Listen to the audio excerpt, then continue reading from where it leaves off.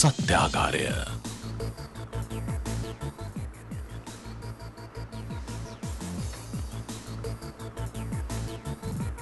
සියලුම රටවැසි ලෝකවාසීන්ට අදත් ආයුබෝවන් කියමින් අපි ආරම්භ කරනවා සත්‍යාගාරයේ දොර කවුළු විවර කිරීම.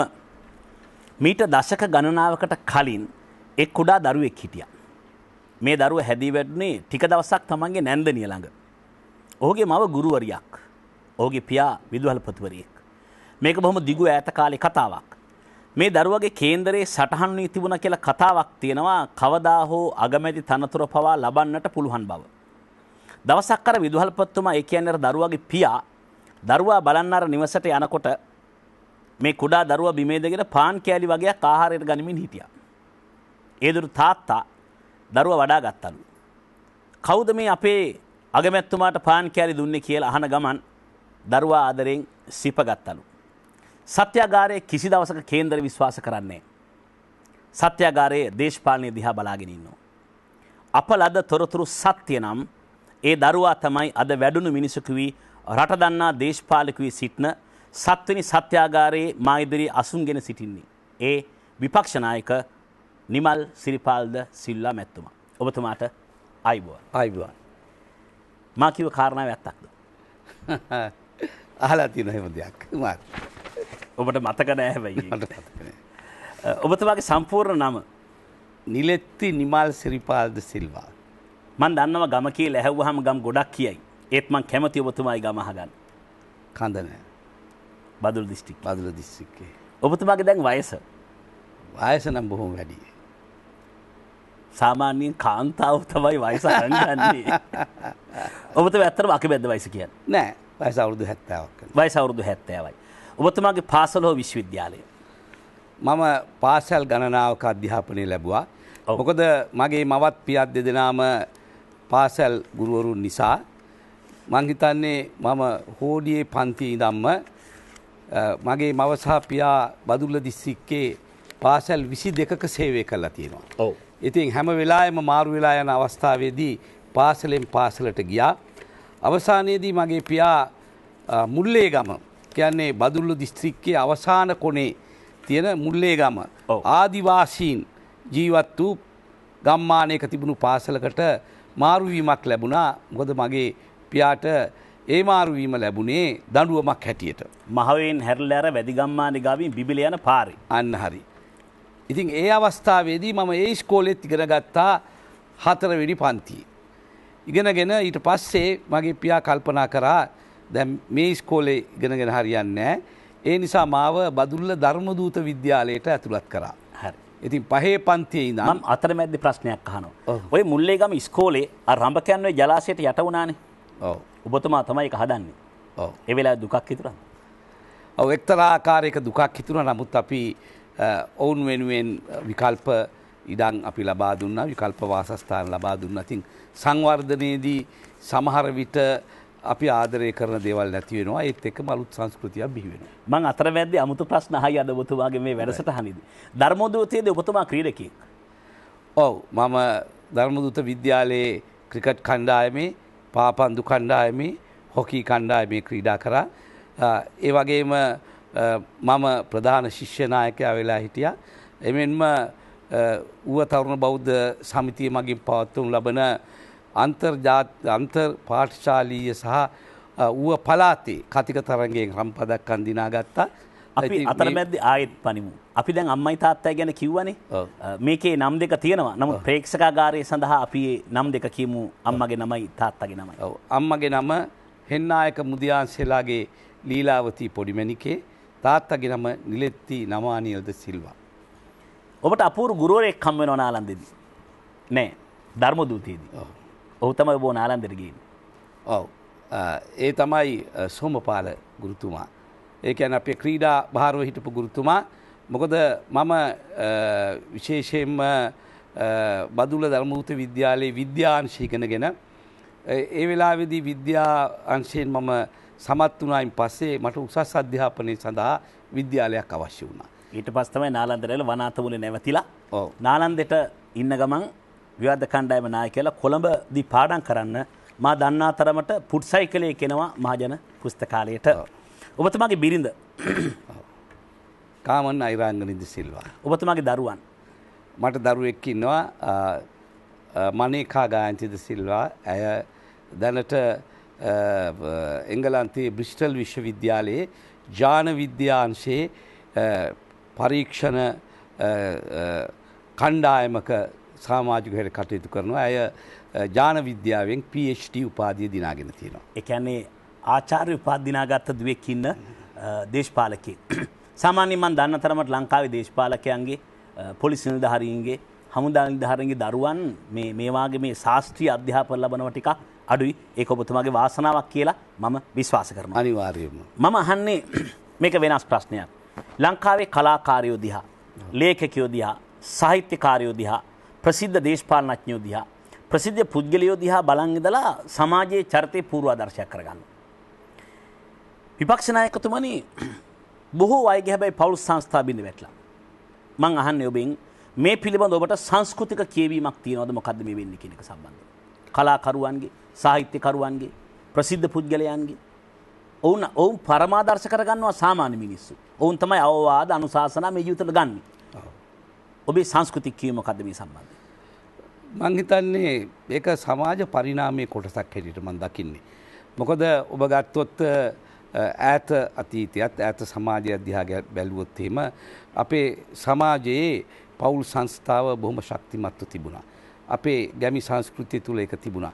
නමුත් වාණිජකරණය නාගරිකකරණයත් සමගම ඒ වගේම විදේශීය බලපෑම් මේ සියලු දේවල් ගත්තාම අපේ තිබුණු ඒ සමාජීය අගයන් ටිකෙන් ටික නැති වුණා. ඒවා ආරක්ෂා කර ගැනීම එක්තරා ආකාරයකින් පහසු වුණෙත් නෑ. මොකද අපි අර රැල්ලට යන අයනේ සමාජයේ රැල්ලට යන අයද නොයන අයද? නෑ රැල්ලට යන අයනේ හුඟක් ඉන්නේ අද සමාජයේ. ඉතින් ඒ නිසා ඒ වගේම දැන් බලන්න අපි අපේ දරුවන් විශේෂයෙන්ම පිටරට එන චිත්‍රපටි ඒ වගේම අනිකුත් දේවල් දිහා බලනකොට ඔවුන්ගේ හිත වෙනස් වෙනවා. මම හිතන්නේ ඒක තාරුණ්‍යයේ ලක්ෂණයක් හැටියට සමහරව හඳුන්වන්න පුළුවන්. නැත්නම් අර පැරණි විදිහටම කොණ්ඩේ කපන්නේ නැහැ. පැරණි විදිහටම වැඩ කටයුතු කරන්නේ නැහැ. පැරණි විදිහටම දැන් දන්නවා අපි දන්නවා ඒ දවස්වල ගෑනු ළමෙක් වුණොත් සාරියක් අඳින්න ඉස්සෙල්ලා අර ළමා සාරියක් කියලා අඳිනවා. දැන් ළමා සාරි නැහැනේ අපි ළඟ. ඉතින් මේ විදිහේ යම් යම් සමාජ පරිවර්තනයන් සමාජය තුළ වෙලා තියෙනවා. නමුත් ඒ සමගම ඒ සමාජ පරිවර්තන තුලත් ඒවා රැකගෙන ඉන්න පවුල් ඒවා පවුල් සංස්ථා ආරක්ෂා කරගෙන ඉන්න අය ඒවාට ගරු කරන අය හුඟක් තාමත් අපිට දක්නට ලැබෙනවා. ඒක අපි අගය කරන්නට ඕනේ. හරි. ඔබතුමා එක්තරා කාලයක ටියුෂන් කළාද? අනිවාර්යයෙන්ම. මොකද මට ආර්ථික ප්‍රශ්න තිබුණා. මොකද මම 8 දෙනෙක්ගෙන් යුත් පවුලේ වැඩිමලා මගේ පියා මිය ගියේ මම අධ්‍යයන පොදු සහතික පත්‍ර විභාගයට පෙනී සිටීමට පෙර. ඉතින් එතකොට නමුත් මගේ මවට තිබුණේ පියාගේ පෙන්ෂන් එකත් ඒ වගේම මවගේ පඩියත් පමණයි. ඉතින් 8 දෙනෙකුන් යුත් පවුලක් නඩත්තු කිරීම ලේසි නෑ. විශේෂයෙන් මම උසස් අධ්‍යාපනය සඳහා කොළඹට පැමිණි අවස්ථාවේදී ඒ සඳහා මට එක්තරා ආකාරයකින් දුකක් හිතුණා. ඒ දවස්වල අම්මා මට එවන්නේ මාසික රුපියල් 50යි. ඉතින් ඒ 50න් රුපියල් 40ක් බෝඩිමට දෙන්න ඕනේ. ඉතුරු රුපියල් 10න් තමයි අනිත් වැඩ කටයුතු කරන්න ඕනේ. මං අහලත් තියෙනවා අර හොරදාගොඩලගේ තේ ෆැක්ටරියට කුඩා කාලේ තේ දරු ගෙනිච්ච කතන්දරයකුත්. මමත් ඌවේ නිසා මමත් පස්සේ කොළඹ ඇවිල්ලා තර්ස්ටන් විතර ඇතුළත් වෙච්ච නිසා බොහෝ අයගේ ජීවිත ගමන් මගවල සමාන සම්දිස්ථාන ඇතැම් විට මුණ ගැහෙන්න පුළුවන්. ඇතැම් වෙලාවට සංවාද ඇතුලේ ප්‍රතිසංවාද ගොඩනගෙන්නත් පුළුවන්. මං අහලා තියෙන ඔබතුමාම ඉස්කෝලේට මුරට හිටපු මිනිස්සයා හොයාගෙන ගිහිල්ලා කාලයකට පස්සේ රස්සාවක් දුන්නා කියලා. මං ආසෙක් හිටියෙන් දැනගන්න. ඇත්තෙන්ම බදුල්ල ධර්මදූත විද්‍යාලයේ හිටියා මුරට හිටියා කිරිවන්තේ. කිරිවන්තේ තමයි අපේ හුඟක් වැඩ කටයුතු වලදී අපිට උදව් වුණේ. ඒ කියන්නේ අපි දැන් ඉස්සර යනවා ධර්මදූත විද්‍යාලය ෆුට්බෝල් ගහන්න යනවා සාන්ත තෝමස් විද්‍යාලයක. ඒ යනකොට කිරිවන්තේ තමයි අපේ කණ්ඩායම එක්ක අපිට උදව් කරන්න අපේ බඩු මුට්ටු උස්සගෙන යන්න කරන්නේ. ඊට පස්සේ මම අමාත්‍යවරයෙක් වුණායින් පස්සේ මට මතකයි කිරිවන්තේ මම හොයාගෙන ගියා. ඉතින් මම අහුවා කිරිවන්තට මොකද්ද මගෙන් කරෙන්න ඕන කියලා. ඉතින් එතුමාගේ පුතෙක් හිටියා. මං පුතාට රැකියාවක් දෙන්න කිව්වා. රැකියාවක් මම ලබා දුන්නා. ඊටාම සතුටින්. මා ඉදිරියේ ඉන්න මේ නිමල් සිරිපාල්ද සිල්වා නැමැති දේශපාලකයා තමයි 88-94 කාලේ ශ්‍රී ලංකා පාර්ලිමේන්තුවේදී වැඩිපුරම වාචික ප්‍රශ්න ගණනක් අහලා තියෙනවා. ඒ ප්‍රශ්න ප්‍රමාණය ප්‍රශ්න 3000ක්. ප්‍රශ්න 3000ක් විවිධ විචිත්‍ර ශේෂ්ඨ සම්බන්ධී ප්‍රශ්න. මාළඟ ග්‍රන්ථයක් තියෙනවා 80 දශකයේ පැවති දුර්දාන්ත පාලනයේ එරෙහි මෙත් සභාවේ තුල විපක්ෂයේ තරුණ මන්ත්‍රීවරු නැගූ හඬෙහි දෝංකාරය කියලා. මේ ග්‍රන්ථයේ මුලිනාගට කියවුවොත් එහෙම ලංකාවේ දේශපාලකයෙක් විවිධ විචිත්‍ර විෂයන් පිළිබඳව කරපු කතා ගොඩක් මේක ඇතුලේ තියෙනවා. වාචික ප්‍රශ්න 3000ක් විතර පාර්ලිමේන්තුවෙන් අහපු කෙනෙක් මම විශ්වාස කරනවා අද මම අහන කෙටි සරල ප්‍රශ්නවලට පරිණත දේශපාලකයෙක් විදිහට උත්තර දෙවි කියලා. මොකද මාළඟ තනතුරු නිවැරදි නම් මම බලාපොරොත්තු වෙන ඔබ නිවැරදි තොරතුරු දෙයි කියලා. මම ඒ අනිත් පැත්තට හිතන්නේ ඔබට වාචික ප්‍රශ්න 3000ක් අහන්න පුළුවන් නම් මටත් ප්‍රශ්න 25 30ක් අහන්න පුරවැසියෙක් විදිහට මාධ්‍ය වේදිකේට අයිතියක් තියෙනවා කියලා. අනිවාර්යයෙන්. එංගලන්තේ ඉඳන් ඉන්දියාවට ගොඩබිමෙන් කාර් එකක් කෙලවන් ආපු කතාව පොඩ්ඩක් කියමු. ඔව් මම 1974 වර්ෂයේදී මම 71 වර්ෂයේ තමයි නීතිඥයෙක් වශයෙන් දියුරුම් දුන්නේ. ඔව්. ඊට පස්සේ අවුරුදු 3ක් පමණ ලංකාවේ නීතිඥයෙක් වශයෙන් වැඩ කටයුතු කළා. ඒ දවස්වල සෑම ලංකාවේ නීතිඥයෙකුටම ආශාවක් තිබුණා එංගලන්තයේ සොලිසිටර් විභාගේ පාස් වෙන්න. ඉතින් ඒ නිසා ඒක ඊටාම අපූර්ව කතාවක්. මම අලුත් කඩේ උසාවියේ වැඩ කරන අවස්ථාවේදී එංගලන්තයේ ඉඳන් ආවා මිසිස් පෙරේරා කියලා BBC ගුවන් විදුලියේ සේවය කරන මහත්මියක්. එතුමියට ඕන වුණා එතුමියගේ මුණුබුරන් දෙන්න දරුකමට හදාගෙන එංගලන්තයට ගෙනියන්න. ඒ අවස්ථාවේදී එතුමියගේ නීතිඥයා වශයෙන් කටයුතු කරේ මම. ඉතින් එතුමිය පුදුමයට පත් වුණා මම සති දෙකක් වැනි ඉතා කෙටි කාලයක් තුලදී ඒ දරුකමට හදා ගැනීමේ නඩුව අවසන් කරලා එතුමිය මට විශාල මුදලක් අතට දුන්නා. නමුත් මම ගත්තේ රුපියල් 2500ක් පමණයි. මොකද අපේ නීතිඥ වෘත්තියේ අපි උදේ ඉගෙන ගත දෙයක් තමයි තමන් කරන ලද සේවයේ ප්‍රමාණයට ප්‍රමාණාත්මකව ෆී එකක් ගන්න ඕනි. ඊට වඩා ගන්න එක හොඳ නැහැ කියලා. මං කිව්වා නෑ අපිට මේක මේ ප්‍රමාණය වැඩි මගේ මහන්සියට මේක ප්‍රමාණවත් කියලා. එතුමිය කිව්වා නෑ ඔබතුමා නීතික මහත්තයා එන්න ඕනි එංගලන්තයට. ඇත්තට මේ වෙලාවේ සිරිමා බණ්ඩාරක මැතිණි උදව් කරාද? එංගලන්තය යන්න. නෑ එහෙම උදව්වක් උනේ මට අවශ්‍ය වුණේ නෑ. මොකද එතුමිය මට එව්වා ප්‍රීපේඩ් ටිකට් එකක්. ඒ කියන්නේ ඒ දවස්වල අපට විදේශ විනිමය පිටරට ගෙනියන්න බෑ. විදේශ විනිමය දවස්වල දුන්නේ පවුමයි. පවුන් 3යි. පවුන් 3ක් තමයි ගෙනියන්න පුළුවන්. හැබැයි ඒ වෙලාවේදී මට මතකයි අනුර වීරරත්න මහත්තයා ඒ දවස්වල මේ පිගාං සංස්ථාවේ සභාපති. එතුමා මාත් එක්ක ත්‍රිසිංහල ශිෂ්‍ය සංවිධානයේ වැඩ කටයුතු කරා. දොස්තර බුද්ධදාස බෝධිනායක කරුණාරාමනායක කියන මේ අපි ඔක්කොම ඒකට අර ඕඩි පන්සලේ හිටපු බද්දේගම විමලමන් සාන්දර උදව් කරා. එතකොට මේ අපේ මේ පිගාං සංස්ථාවේ සභාපතිතුමා පිටරට ගිහිල්ලා ඇවිල්ලා එයාගේ සාක්කුවේ පවුන් 10ක් ඉතුරු වෙලා තිබුණා. මන්ට සමාවෙන්න මට විපක්ෂ නායකතුමා මං ඇහුවේ අර අපි ගොඩක් ප්‍රශ්න තියෙන නිසා අර ඉන්දියාවට කාර් කෙලවම් ආපු කතාව. ඔව් ඊට පස්සේ මම එංගලන්තයට ඒක ටිකක් දික් කතාව. එංගලන්තයට ගියායින් පස්සේ එංගලන්තයට අපි යෑමේ දවස්වල 1000ක් තමයි කාර් එකක් ගේන්නේ. මොකද කාර් එකක් හරි ගණන් මේ. එහෙදින් ගෙනාවොත් අපිට ලාභයි. ඉතින් ඒ නිසා එංගලන්තෙ ගිහිල්ලා තාම මගේ ළඟේ ෆයිල් එක තියෙනවා. අපි මේ සල්ලි හම්බ කරපු විදිය විනිමය පාලකට අපි දන්නන්න ඕන. ඉතින් එංගලන්තෙට ගියායින් පස්සේ අපිට මේ මම නීතිඥයෙක් කියලා එකපාරටම නීතිඥ සමාගමට යන්න බෑ. මම සොලිසිටර්ස් විභාගේ කරන ගමම්ම මම දවල් කාලේ රාත්‍රී කාලේ සමහර වෙලාවට ගිහිලා හෝටල් වල තමයි වැඩ කරේ. ඒ දවස්වල කියන්නේ අපි කවුරුත් කියන්නේ ඩිෂ් වොෂින් පිඟන් හියදීම. ඉතින් එහෙම කරලා අපි සල්ලි හම්බ කරලා කාර් එකක් ගන්න කාර් එකක් නෙවෙයි මං කාර් 3ක් ගෙනාවා. ඒ දවස්වල තිබුණා තමන්ගේ ඥාතියෙකුට එවන්න පුළුවන් කාර් එකක් තෑගි වශයෙන්. අම්මට මම මොරිස් ඔක්ස්ෆර්ඩ් කාර් එකක් කිව්වා. ඒත් එක්කම තව කාර් එකක් මගේ නමට දාලා තුන්වෙනි කාර් එක මම පදවගෙන ආවා කයිබර් පාත් හරහා. ඒ කියන්නේ එංගලන්තයෙන් ආවා ඩෝ වලින් ඉඳන් කැලේ කියන තැනට ප්‍රංශේ, එතනින් ජර්මනියට ආවා, එතනින් යුගොස්ලාවියාවට ආවා, එහෙම ඇවිල්ලා තුර්කියට ආවා, එතනින් ඇෆ්ගනිස්තානයට ආවා, ඇෆ්ගනිස්තානයෙන් ආවා පාකිස්තානයට, එතනින් ඉන්දියාවේ ධනුෂ්කොඩි වලට ඇවිල්ලා ඒ දවස්වල තිබුණා නැවක්, නැවේ කාර් එක දාගෙන ආවා ලංකාවට. දැන් අපි වෙන පැත්තකට හැරෙනවා. ඔබතුමා දැන් අවුරුදු 70ක් කියලා කිව්වා. 70ත් පැනලා මන් දන්නත විදිහට. එතකොට ඇත්තටම ඔබතුමාට දැන් විශාල අත්දැකීම් තියෙනවා. ඔබ දේශපාලනය කියලා කියන්නේ මොකක්ද? දේශපාලනයේ වශයෙන් මා හඳුන්වන්නේ අපි ජනතාව වෙනුවෙන් අවශ්‍ය නායකත්වය අවශ්‍ය අවස්ථාවදී ලබා දීම. මොකද දේශපාලකයෙකුගෙන් ජනතාව බලාපොරොත්තු වන දේවල් රාශියක් තියෙනවා. නමුත් මේ සියල්ලටම වඩා රට ඉදිරියට ගෙන යාම සඳහා අවශ්‍ය නායකත්වයේ සැපයීමට පුද්ගලයෝ ප්‍රමාණයක් ඉන්නට ඕන. ඉතින් ඒ පුද්ගලයන් තෝරගන්නේ ජනතාව. ඒ පුද්ගලයන්ගේ දේශපාලනය සහ දේශපාලන භූමිකාව තුළ රඳා පැවැත්වීම තියෙන්නේ ජනතා විශ්වාසය තුළ.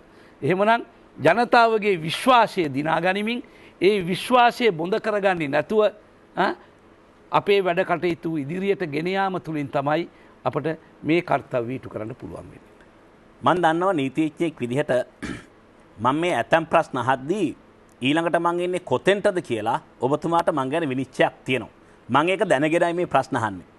දේශපාලනයේට සතා සිව්පාව, ගහකොළ, ඇලදොල, ගල් පර්වත පවා අයිති වෙනවා කියලා මම හිතනවා. ඔබතුමාට පුළුවන් ඔබතුමාගේ අදහස කියන්න. අනිවාර්යයෙන්ම. මොකද දේශපාලනය කියලා කියන්නේ මිනිසුන් ජීවත් වෙන්නේ සමාජයක් තුළනේ. මේ සමාජය තුළ, ලෝකයේ තුළ මිනිසුන්ගේ ජීවත් වීම සඳහා උපකාර වෙන, අවශ්‍ය වන පරිසරය මේ සියල්ලම අපි රැක ගන්න ඕනි. ඒ තුලින් තමයි අපිට මේ රටක් ඉදිරියට ගෙනියන්න පුළුවන් වන්නේ. ඒ වගේම මිනිසාගේ ආර්ථික සංවර්ධනය, ඒ වගේම මිනිසාගේ ආධ්‍යාත්මික ගුණවගාව කියන නැත්තම් සමාජ ක්‍රමයේ බිඳ වැටෙනවනේ. සමාජ ක්‍රමයක් බිඳ වැටෙන්නේ නැතුව පවත්වාගෙන යාමට නම් හුදු ආර්ථික සංවර්ධනය පමණක් නෙවෙයි, ඒ සමග එකතු ආධ්‍යාත්මික ගුණවගාවත් අපිට අවශ්‍යයි.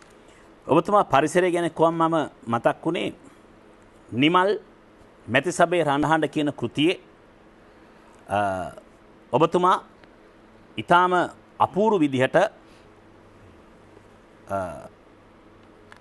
සාකච්ඡා කරනවා පරිසරය රැක ගැනීම සම්බන්ධව කාරණා විශාල ප්‍රමාණයක්. ඔබතුමා ඒකෙදී කියනවා, මම කැමති එක කෝට් කරන්න. අද බේරේ යල දෙස බලන්න. ඒ වගේම අද පිටකොටුවට ගොස් බලන්න. මැනි මාකට් එකට ගොස් බලන්න. දෙමොටගොඩ හන්දියට ගොස් බලන්න. දෙමොටගොඩ පැත්තෙන් යන්න බැරි බව මල්ලිමාරච්චිගරු ඇමතුමා දන්නවා. මේකයි කොළඹ නගරේ තත්ත්වය.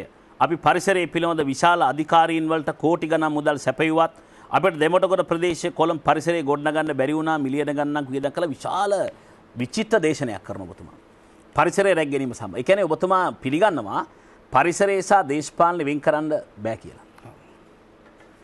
මොකද විශේෂයෙන්ම ඔකට පාදක වුණේ මම නාලන්දා විද්‍යාලයට යනකොට හිටියේ වනාත මුල්ලේ. මම ඔබ දන්නවා පරිසරය පිළිබඳව. ඔව්. ඉතින් ඒ නිසා මට පැහැදිලිවම අපේ ගමට ගියාම ගමේ පරිසරයත් මේ නාගරික පරිසරයත් අතර තියෙන මේ අහසට පොළොව වගේ තියෙන වෙනස මට දැනුණා. මොකද අවසානයේදී මම ඡන්දේ ඉල්ලුවේ බොරැල්ල එන්නේ. ඉතින් බොරැල්ලේ ඡන්දදායකෙන් හම්බෙන්න T20 වත්තට 56 වත්තට දෙමටගොඩ ආරාමයේ පෙදෙසට මෙහෙට යනකොට මේ දැකපු දේවල් තමයි මම කිව්වේ. ඒ කියන්නේ ගමේ තිබිච්ච ලස්සන පරිසරය කොළඹ නැති නෑ. ඒ පරිසරයත් රැක ගන්න ඔබතුමා විශ්වාස කළා. මොකද සියටෙල් කියන රතු ඉන්දියානු නායකයා කිව්වා, ඔව් ගෝත්‍රික නායකයෙක්, මේ සතා සිව්පාව ගහකොළ පවා අපේ සහෝදරයෝ කියලා.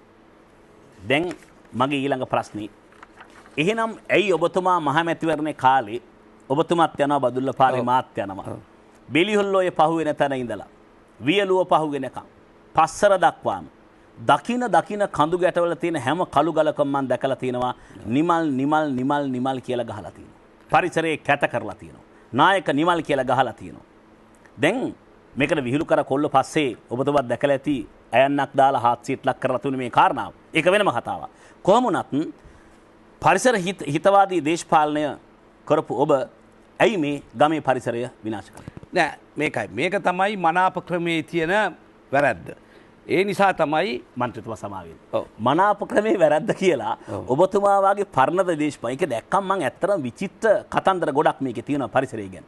හැබැයි මේ පරිසරය විනාශ කිරීමයි මනාප ක්‍රමයයි තියෙන සම්බන්ධයත් එක්ක ඔබතුමා වාගේ පරණ දේශපාලන මේක කරේ ඇයි කියලා මම ඔබතුමාට දේශපාලනේ මේකනේ දේශපාලනයට බැස්සයින් පස්සේ මේ තියෙන ක්‍රමය තුල අපි අපේ දේශපාලන අංකය අපි දැම්මේ නැත්තම් සමහරට අහන්නේ ඇමතුමා මොකක්ද ඇමතුමාගේ නම්බරේ අපි දන්නේ නැහැ ඔබතුමාගේ නම්බරේ හරිද හුඟක් සල්ලි තියන අයට පුළුවන් ටෙලිවිෂන් එකේ දාන්න මම ටෙලිවිෂන් එකේ කවදාවත් දාලා නැහැ කෝටිපතින්ට පුළුවන් ටෙලිවිෂන් ස්ටේෂන් 4-5ක් බදු අරගෙන වැඩ කටයුතු කරන්න නමුත් මේ තරගේ පරදින්න බෑනේ ඉතින් ඒ නිසා තමයි මම අද මේ විශේෂයෙන්ම මේ ව්‍යවස්ථා සංශෝධනයක් වෙන අවස්ථාවේදී මේ මනාප ක්‍රමය නැති කරලා පාර්ලිමේන්තුවට වග කියන කොට්ටාස ඡන්ද ක්‍රමයට යන්න ඕන කියන මතය දැඩි ලෙස මං ගෙනියන්නේ මෙන්න මේ වගේ දේවල් නොවෙන්න. ඉතින් ඒ නිසා අපි තේරුම් ගන්න ඕනේ. මම විතරක් නෙවෙයිනේ. කී දෙනෙක් ඔතන ලියලා තියනවද? ඇත්ත. ඔබතුමා විතරක් නෙවෙයි. මොකද අපි දන්නවා ලයිට් කණුවක් ගන්න විතරක් නෙවෙයි මේ දවස්වල බෙල්ලන්ගල බෝධි පූජාවක් තිබ්බොත් දෙහියත්ත කණ්ඩේ පෝස්ටර් ගහන වෙලාවක් තමයි අපි මේ ඉන්නේ. ඒක අපි දකිනවා. ඒ නිසා මේක ඔබතුමා කරාද දේශපාලකයෙක් වශයෙන් මා මේ මාධ්‍යයක් විදියට ප්‍රශ්න කරන කාරණාවක්. මොකද මම මෙහෙම කිව්වේ නෑ මම පිළිගන්නවා ඒක නොකරනම් හොඳයි. හරිද? නමුත් ඒ අවස්ථාවේදී තිබුණු දේශපාලන තත්ත්වය අනුව හැමෝම මේක කරා. හරිද? එතකොට කෙනෙකුට විතරක් මේක පිටිපස්සට යන්න පුළුවන් කමක් නැහැ. මොකද තමන්ගේ නම්බරේ තමන්ගේ අංකය ජනතාවට දැන්වීමට පුළුවන්කමක් තියෙනුනේ. ඒකට විවිධ මාධ්‍ය තියෙන්න පුළුවන්. දැන් කොළඹ අයට ගල් ගස් ගල් නෑව ලියන්න. කොළඹ අය මොකද කරන්නේ? නාලිකාවන් වලට කෝටි ගාණක් මුදල් දීලා මේ වැඩ කරනවා. ඉතින් මට එහෙම කරන්න පුළුවන් කමක් උනේ නෑ. මම විතරක් නෙමෙයි මගේ ආධාරකාරයෝ. මොකද ඒගොල්ලෝ මේ මම ගිහිලා ඔය එකක්වත් ඇඩ්වර්ටයිසින් ෆර්ම් එකකින් කරපු වැඩක් නෙවෙයි. ඇඩ්වර්ටයිසින් ෆර්ම් එකකින් කරපු නෑ ඒ පැතිවල ඉන්න හපුතලේ ඉන්න අය නායක නිමල් කියලා ඒක ලිව්වා. ඊළඟට බණ්ඩාරවල ඉන්න අය එහෙම ලිව්වා. බදුල්ලේ ඉන්න අය එහෙම ලිව්වා. ඊට පස්සේ අංකේ හම්බුණා වට ගහගෙන ගියා. මිනිස්සු ඊට පස්සේ කලින්ගල් බුක් කරා කියලා. නෑ දේශපාලනයේදී හරිද අපි පස්සට යන්න බෑනේ.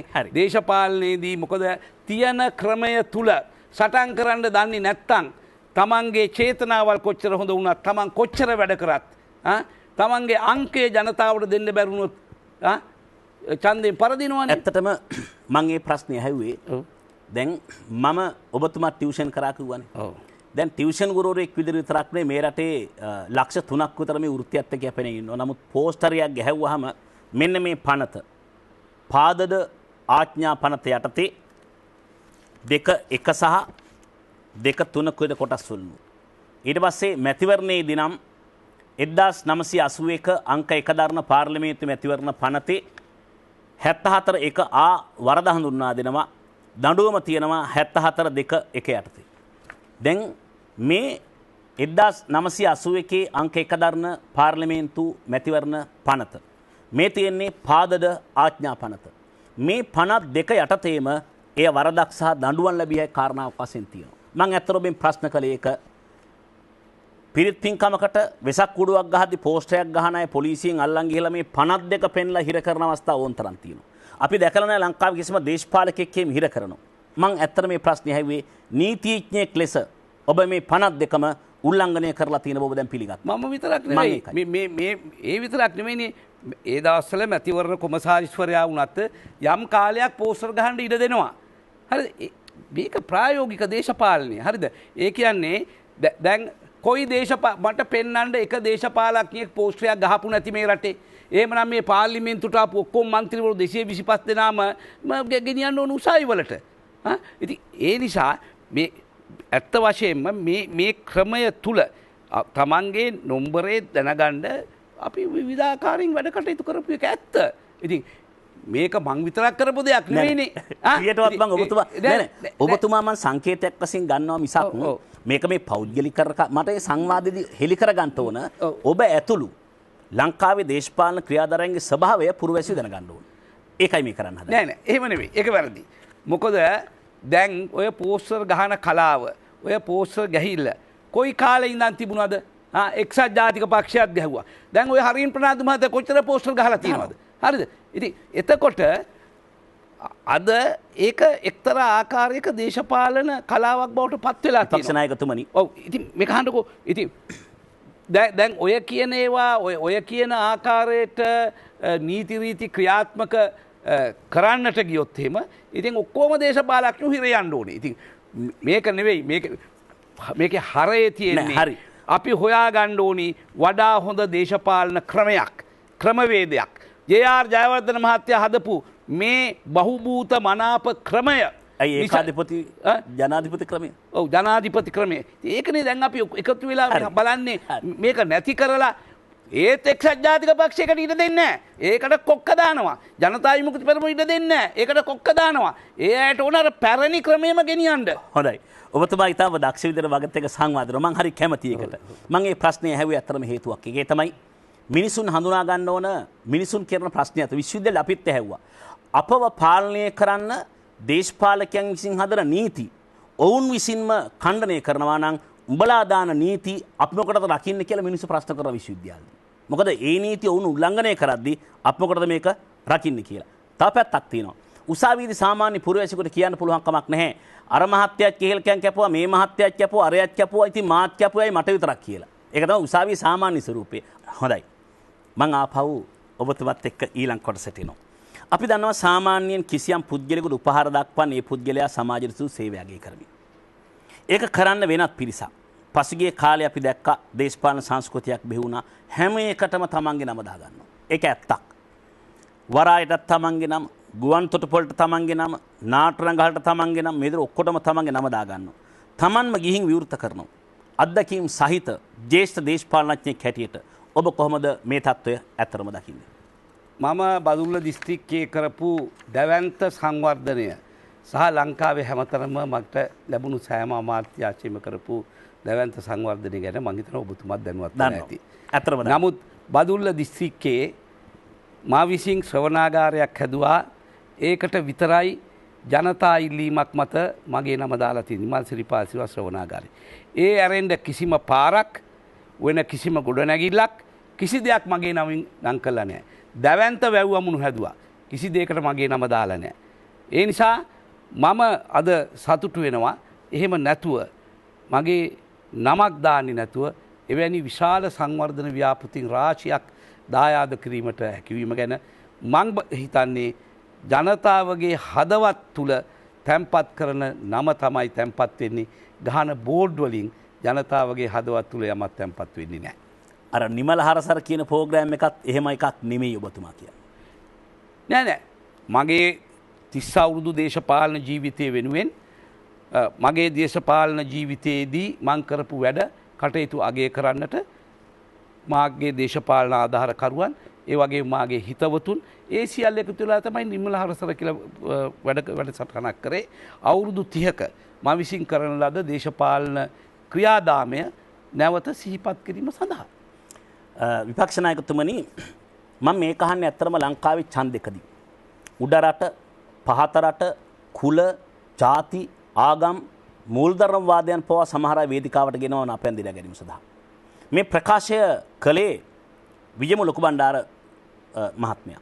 එයාගේ ප්‍රසිද්ධ ප්‍රකාශයක් වෙන මෙන්න මෙහෙම උවේදි කරපු පෙරේරලා ප්‍රනාන්දුලා සිල්වලා බදුල්ලේ ඌවේ බලයල්ලලා එක බණ්ඩෙක්වත් නැහැ කියලා. ඔබ තමයි මේක දන්නවද? මේක නොබේ අදහස මොකක්ද? ඔව් ඇත්ත වශයෙන්ම මේ ප්‍රකාශයක් කර ඔබ තමයි දන්නව ඒක. මම දන්නවා.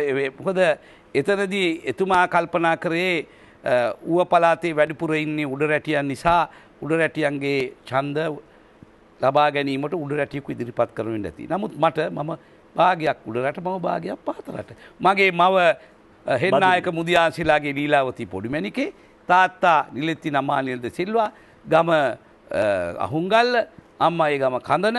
ඉතින් මට මේ දෙපැත්තටම සම්බන්ධකම් තියෙනවා. විපක්ෂනද වරදා තේරුම් ගන්න එපා. මම මේ අහන්නේ ඔබෙන් පෞද්ගලික කාරණාවක් නෙවෙයි. මේ අවසන අශීලාචාර දේශපාලනය ගැන. ඒ කියන්නේ මේ කුලය, ජාතිය, උඩරට පහතරට, අර ගමේ, මේ ගමේ වර්ණ භේදවාදය ආගමික මුල්ධර්මවාදය මේ කිසිවක් දේශපාලනයකදී ඇවිස්සීම සදාචාර සම්පන්න නෑ කියන එකයි සත්‍යාගාරයේ අපේ අදහස. මගේ අදහසත් ඒකයි. ඔබතුමා මගේ වදුලේ දේශපාලන දිහා බැලුවොත් මම වතුර වැඩ කරනවා, මුස්ලිම් ජනතාව අතර වැඩ කරනවා. සමහරට ඔය මුස්ලිම් ජනතාවගේ හලාල් ප්‍රශ්නයව මම කිව්වේ හලාල් කන්න ඕනයි කාපුවා අනවශ්‍යයි නකාපුවා. මගේ ප්‍රශ්නට එනවා මොකද වදුළු පිටියේ ප්‍රශ්නේ ඔබතුමාට වෙච්ච අවාසිය මම දේශපාලනිකව දන්නවා ඒ ගැටුම. මම ඒක ඊළඟට අහනවා. මොකද විජම ලොකු බණ්ඩාර එහෙම කියලා තමයි බණ්ඩෙක් ඕනි කියලා පුතාව දාන්නේ. දැන් මං හිතන්නේ එතුමාත් හිටියා. එතුමා ඉඳලා ඉතින් ඊට පස්සේ මේ එතුමාගේ පුතාටත් අපේ හිටපු ජනාධිපතිතුමා අවස්ථාවක් සලසලා දුන්නා. ඉතින් එතුමාගේ පුතත් ප්‍රජාතන්ත්‍රවාදීව ඉතින් ඡන්දාරගෙන ආව මනාප ක්‍රමයේ යටතේ. ඉතින් මගේ ඒ ගැන ප්‍රශ්නයක් නෑ. අපිට අවශ්‍ය වෙන්නේ නෑ. හැබැයි මං අහලා තියෙන දේශපාලන වේදිකාවේදී උඩරට කෙනෙක්ද පහත රට කෙනෙක්ද අපි කවදාවත් බදුල්ලේ දේශපාලනේ උඩරට පහත රට ભેදයක් අපි ඇදලා අරන්නේ නෑ. ඒ ගැන අපි කතා කරලා නෑ. අපි ජාතිය කුලය ගැන කතා කරලා නෑ. විශේෂයෙන් මං හැම වෙලාවෙම කිව්වේ බදුල්ල දිස්ත්‍රික්කය කියලා කියන්නේ සිංහල, ද්‍රවිඩ, මුස්ලිම් ඒ වගේම මැලේ කොටසකුත් ඉන්නවා. මේ සියලු ජාතීන් සමගියෙන් සමාදානෙන් ජීවත් වෙන දිස්ත්‍රික්කයක්. ඒ නිසා අපි ඒ සමගිය රකින්න ඕනි. දැන් මගේ හොඳම ආධාරකරුවෝ ඉන්නවා දියතලාවේ ඉන්නවා. ඒ වගේම පඟරගම්මන ඉන්නවා. ඒ වගේම තෙල්බැද්දේ වත්තේ ඉන්නවා. ඉතින් එහෙම මගේ දේශපාලන ආධාරකරුවන්ගේ පැතිකඩක් කරස්කඩයක් ගත්තොත් මේ කියන සෑම ජාති කුල ගෝත්‍රවල ඔක්කොම ඉන්නේ. මට ඔබ කියන්න ඩිලාන් පෙරේරා කියන දේශපාලනඥයා පිළිබඳව ඔබ දකින්නේ කොහොමද? මට කෙටි හැඳින්වීමක් කරන්න.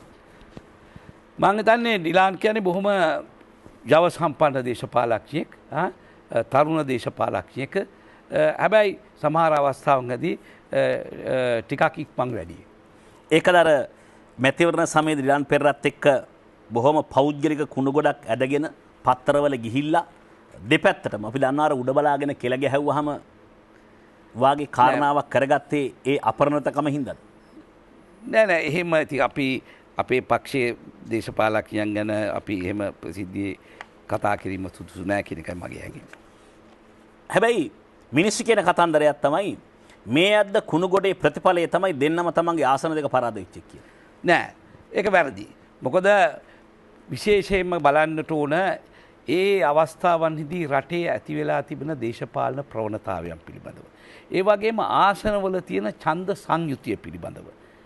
හුඟක් වෙලාවට කැස්බෑවි ඉන්න කෙනෙක් එහෙම නැත්නම් දැන් ওই කුමාර වෙල්ගම මහත්තයා වගේ කෙනෙක් 99%ක් සිංහල බෞද්ධ ඡන්ද තියන අය කියනවා ඇයි නිමල් සිරිපාලට බැරි වුණේ මේ ආසනේ දිනන්න. හැබැයි නිමල් සිරිපාල මනාප ඡන්ද 1,43,000ක් අරගෙන තියෙනවා මේ මනාප ක්‍රමයේ යටතේ. නමුත් මුස්ලිම් ඡන්ද 8,000ක් තියෙන, ද්‍රවිඩ ඡන්ද 16,000ක් තියෙන ආසනයක ඒ ඡන්ද සංයුතියේ අනුව අපිට ආසන මට්ටමින් ජයග්‍රහණය කිරීම අමාරුයි. ඉතින් එවැනි ප්‍රවණතාවයන් තියෙනවා. මොකද ඒ වාර්ගික කොටස් ඡන්දය පාවිච්චි කිරීමේදී ඔවුන් යොදා ගනු ලබන නිර්ණායකයන් හා ඒ අවස්ථාවේදී බිම්මට්ටමේ පවතින දේශපාලනය. මොකද පසුගිය ඒ මැතිවරණ කාලේ වෙනකොට මුස්ලිම් ජනතාව අපේ රජය කෙරෙහි විශාල විරුද්ධත්වයක් නැගලා තිබුණා. යම් කාරණා ඒකයි හාලියල්ලේ බදුල්ලේ විතරක් මතුනේ විරෝධය නේද? අනිත් ආසනට කර බලපෑන්නේ නැහැ නේ. උදාහරණයක් වශයෙන් ගන්න විශාල ඡන්ද සංඛ්‍යාවක් තියෙන මේ වැලිමඩත් අපි පරාජය වුණානේ. ඉතින් ඒ ඡන්ද සංයුතිය අනුව තමයි ඒ සිද්ධීන් සිදු වෙලා තියෙන්නේ. මම මේ ප්‍රශ්නේ ඇහුවේ ඇත්තටම දැන් මම හිතනවා මේ ධනේශ්වර දේශපාලනය ඇතුලේ මේ මතු පිටින් තියෙන කාරණාවට වඩා ඇතුලේ තියෙන සම්බන්ධය වැඩි කියලා. එක සමාන පියාපත් තියෙන කුරුල්ලෝ එකට පියාඹනවා මේ ධනේශ්වර දේශපාලනේ මතු පිට කාරණාව ගන්නෙ නැහැ. මම එහෙම කියන්නේ මේ ප්‍රතිවිරෝධතාවය ඩිලාන් පෙරේරා මැතිතුමාගේ ඔබේ ප්‍රතිවිරෝධතාවයේ උඩින් පෙන්නට යටින් ඩීල් එකක් තියෙනවා. මම යෝජනාවක් විතරයි ඈ. මම එහෙම කියන්නේ දැන් ජනාධිපති නීතිඥ මාෂල් පෙරේරා මහත්මයාව ආණ්ඩුකාර ධූරයට යෝජනා කරන්නේ ඔබ කියලා ආරංචියක් තියෙනවා. ඔව් අනිවාර්යයෙන්ම. මොකද එතුමා අපේ බදුල්ල දිස්ත්‍රික්කයෙන් බිහිවුණු ඉතාම දක්ෂ නීතිඥවරයෙක්. කෘතාස්ත නීතිඥවරයෙක්. ඉතින් ඒ නිසා එවැනි තනතුරක් දැරීම සඳහා එතුමාට අවශ්‍ය සූසුකම් තියෙනවා. ඒ නිසාම ඩිලාන් පෙර මහත්මයා කරන්නේ පැත්තට විපක්ෂ නායක විදිහට ඔබතුමා යෝජනා කරනවා. නෑ විපක්ෂ නායක හැටියට මාව යෝජනා කරේ අතිගරු ජනාධිපති මහින්ද රාජපක්ෂ මැතිතුමා තමයි මාව මුලින්ම විපක්ෂ නායක හැටියට යෝජනා කරේ. ඒක වැරදි ඔබතුමාගේ ලැබිලා තියෙන තොරතුරු. හොඳයි. නෑ තොරතුරු වැරදි නම් නිවැරදි කිරීම ඔබතුමාගේ කාර්යයක්. සංවාදයක් සිද්ධ වෙන්න ඕනේ එහෙමනේ. ඒක නිවැරදි කරන්න පුළුවන්. මොකද මම දැන් අහන්න හදන්නේ ඔබතුමා තාමත් විපක්ෂ නායකද? අනිවාර්යයෙන්ම. එතකොට මේකට වෙනස් කරන්න ඕනේ කියලා මතයක් ගොඩනගමින් තියෙනවද? ඔව් වෙනස් කරන්න කියලා කතානායකතුමාගෙන් ඉල්ලීමක් කළා තියෙනවා. එතුමා නිශ්ශබ්ද වෙනවා? නෑ. එතුමා ඒ පිළිබඳව තීරණයක් ඉදිරියේදී දෙයි. එතුමා දෙන ඕන තීරණයක් මම පිළිගන්නවා. මං හිතනවා එතුමා දෙන තීරණය පිළිබඳව මම කලින් මේ පේන කියන්න බලාපොරොත්තු වෙන්නේ නැහැ. ඒක වැරදි පාර්ලිමේන්තු ප්‍රජාතන්ත්‍රවාදය අනුව මගේ ඒ තත්ත්වයේ අභියෝගයට ලක් කිරීමේ අයිතිය ඕන කෙනෙකුට පාර්ලිමේන්තුව තුල තියෙනවා. ඊට පස්සේ කතානායකතුමා ඒ දෙන තීන්දුවෙන් මම බැදී ඉන්නවා එච්චරයි. දිනේෂ් ගුණවර්ධන මහත්මයා විපක්ෂ නායක කරන්න ඕනේ කියලා යෝජනාවල ඉදිරිපත් වීම නිසා පුවත්පත්වල පොඩි ප්‍රකාශ යනවා. සාමාන්‍යයෙන් පත්තරවලයි පොඩි ඒවා යන්නේ නිකන් නෙවෙයි. මන් දන්න විදිහට. නෑ ඉතින් දිනේෂ් ගුණවර්ධන මැතිතුමාට ඕනනම් විපක්ෂ නායක ගන්න ඒ ගැනීමට පාර්ලිමේන්තුවේ ස්ථාවර නියෝග අනුව සුසුකම් තියෙනවා නම් ඒක කතානායකතුමා තීරණය කළා. ඒක මට ප්‍රශ්නයක් නෙවෙයි.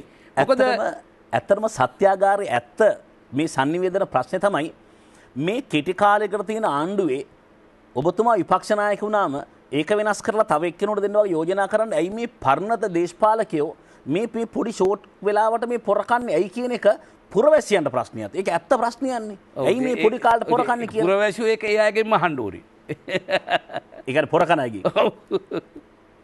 ඩිලන් පෙර මැත්තම පසුගිය දවසක් කියලා තිබුණා මේ රනිල් වික්‍රමසිංහ මහත්මයා පින් අගමැති කෙනෙක් කියලා. ඔබතුමාට මතක ඇති ඒක.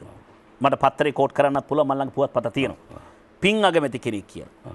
මේකත් අර හදිසි කිව් එකක්ද නොදැනුවත්කම කිව්ව නිසා කිව් එකක්ද තරුණකම නිසා කිව් එකක්ද අපරණතකමද නෑ එතුමාගේ කතාව ඇත්ත.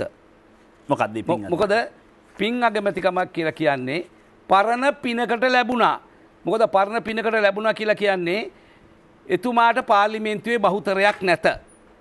පාර්ලිමේන්තුවේ බහුතරය තියෙන්නේ අපිට. එතුමාට පාර්ලිමේන්තුවේ බහුතරයක් නැතුව ජනාධිපතිතුමා එතුමා අගමැති බවට පත් කරා. මොකද අපේ ජනාධිපතිතුමාත් වර්තමාන ජනාධිපතිතුමාත් එතුමාත් අතර ගහපු ගිවිසුම අනුව අපේ ජනාධිපතිතුමා පොරොන්දු වුණා එතුමාට අගමැතිකම දෙනවා කියලා. කවුද අපේ ජනාධිපතිතුමා කියන්නේ? මෛත්‍රීපාල සිරිසේන මැතිතුමා. මෛත්‍රීපාල සිරිසේනතුමා අපේ ජනාධිපතිතුමා කියන්නේ කොහොමද ඔබතුමා? ඔබතුමා වැඩ කරේ මහින්ද රාජපක්ෂ මහත්තයා. මහින්ද රාජපක්ෂ මැතිතුමාට වැඩ කරාට වැඩ කරලා කොහොමද අනිත් එක්කෙනා අපේ අගමැතිතුමා අපේ ජනාධිපතිතුමා? අනිවාර්යයෙන්ම එතුමා මේ රටේ ජනාධිපති බවට පත් වුණාම එතුමා සුද්දන්ගේ ජනාධිපතිවරයෙක්ද? එතුමා එංගලන්තයේ ජනාධිපති ඔබතුමා අපේ කියන්නේ මේ රටේම ජනාධිපති කියන අදහසින් මිසක් මේ පක්ෂේ ඒ විතරක් නෙවෙයි. එතුමා ඊට පස්සේ අපේ පක්ෂේ නායකත්වයේ බාරගත්තා. ඊ පස්සේ ඔව් ඒක තමයි. මං කියන්නේ මේ දැන් වර්තමාන තත්ත්වයේනේ. ඉතින් එතකොට එතුමා අපේ පක්ෂේ නායකත්වයේ ගත්තායින් පස්සේ එතුමා අපේ නායකයා අපේ ජනාධිපති අපේ රටේ ජනාධිපති. හරි. ඔබතුමා මට කේන්ති ගන්න තුන් උත්තර දෙන්න. නෑ කේන්ති ගන්න නෑ. හරි. ඇත්තටම. ඒකට හේතුව තමයි මම මේ අහන්නේ. දැන් අගමැතිතුමා පින් අගමැති නම්. ඔව්. එතකොට දැන් අර පහුගිය කාලේ ජනවාරියට ඡන්දේ දෙන්නේ මහින්ද රාජපක්ෂ සහ ඔහුගේ පවුලට තන විරෝධය සඳහා විතරක්ම නෙවෙයි.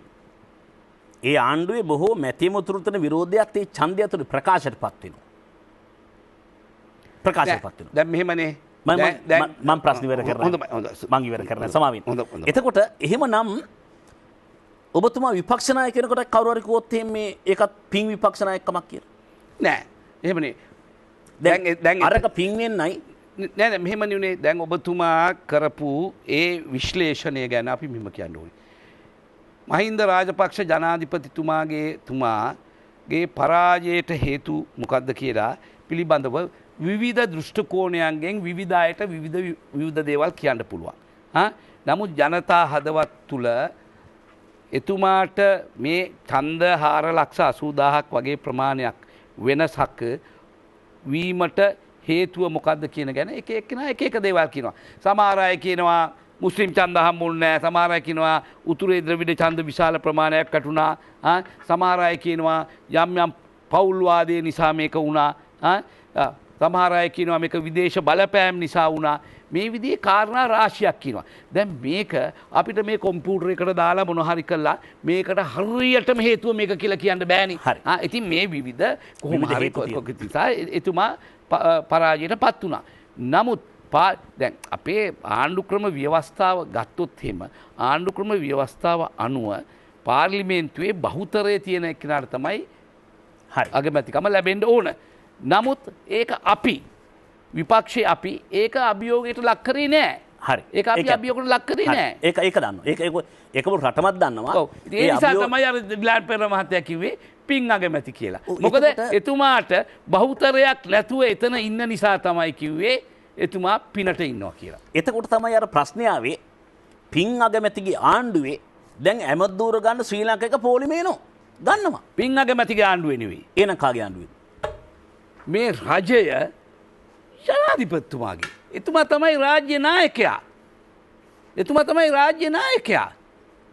ඒක අමතක කරන්නේ. head of the state. yes. හරි. දැන් මට කියන්න ඔබතුමා අවසන් වට පසුගිය ආණ්ඩුවේ දරපු ඇමද්දූරේ මොකක්ද? ඇමද්දූරේ වාරි මාර්ග හා ජල කළමනාකරණ. ජී ඉලේපිරුම කියලා සම්බන්ධිකර ලේකම්වරයෙක් ඔබතුමාට හිටියා නේද? හිටියා. ඔහු බොහොම අපූර්ව ලියුමක් ඌව පළාත් සභා ඡන්දේ කාලේ යුද ආයතන වල නිකුත් කරනවා. ඔබතුමා මේ ලියුම කලින් දැකලා තියෙන බව මම දන්නවා. නෑ ඒක අපි නිකුත් කරපු ලියුමක් නෙවෙයි. එතුමා නිකුත් කරපු ලියුමක් නෙවෙයි. ඒක නිර්මාණය කරන ලද ලියුමක්. අපේ විරුද්ධවාදීන් විසින් නිර්මාණය කරන ලද ලියුමක්. ඔව් එහෙමනම් මම හිතනවා ඒ ලියුමට ලැබිලා තියෙනවා විපක්ෂ නායකතුමනි. මේ තියෙන්නේ ලියුම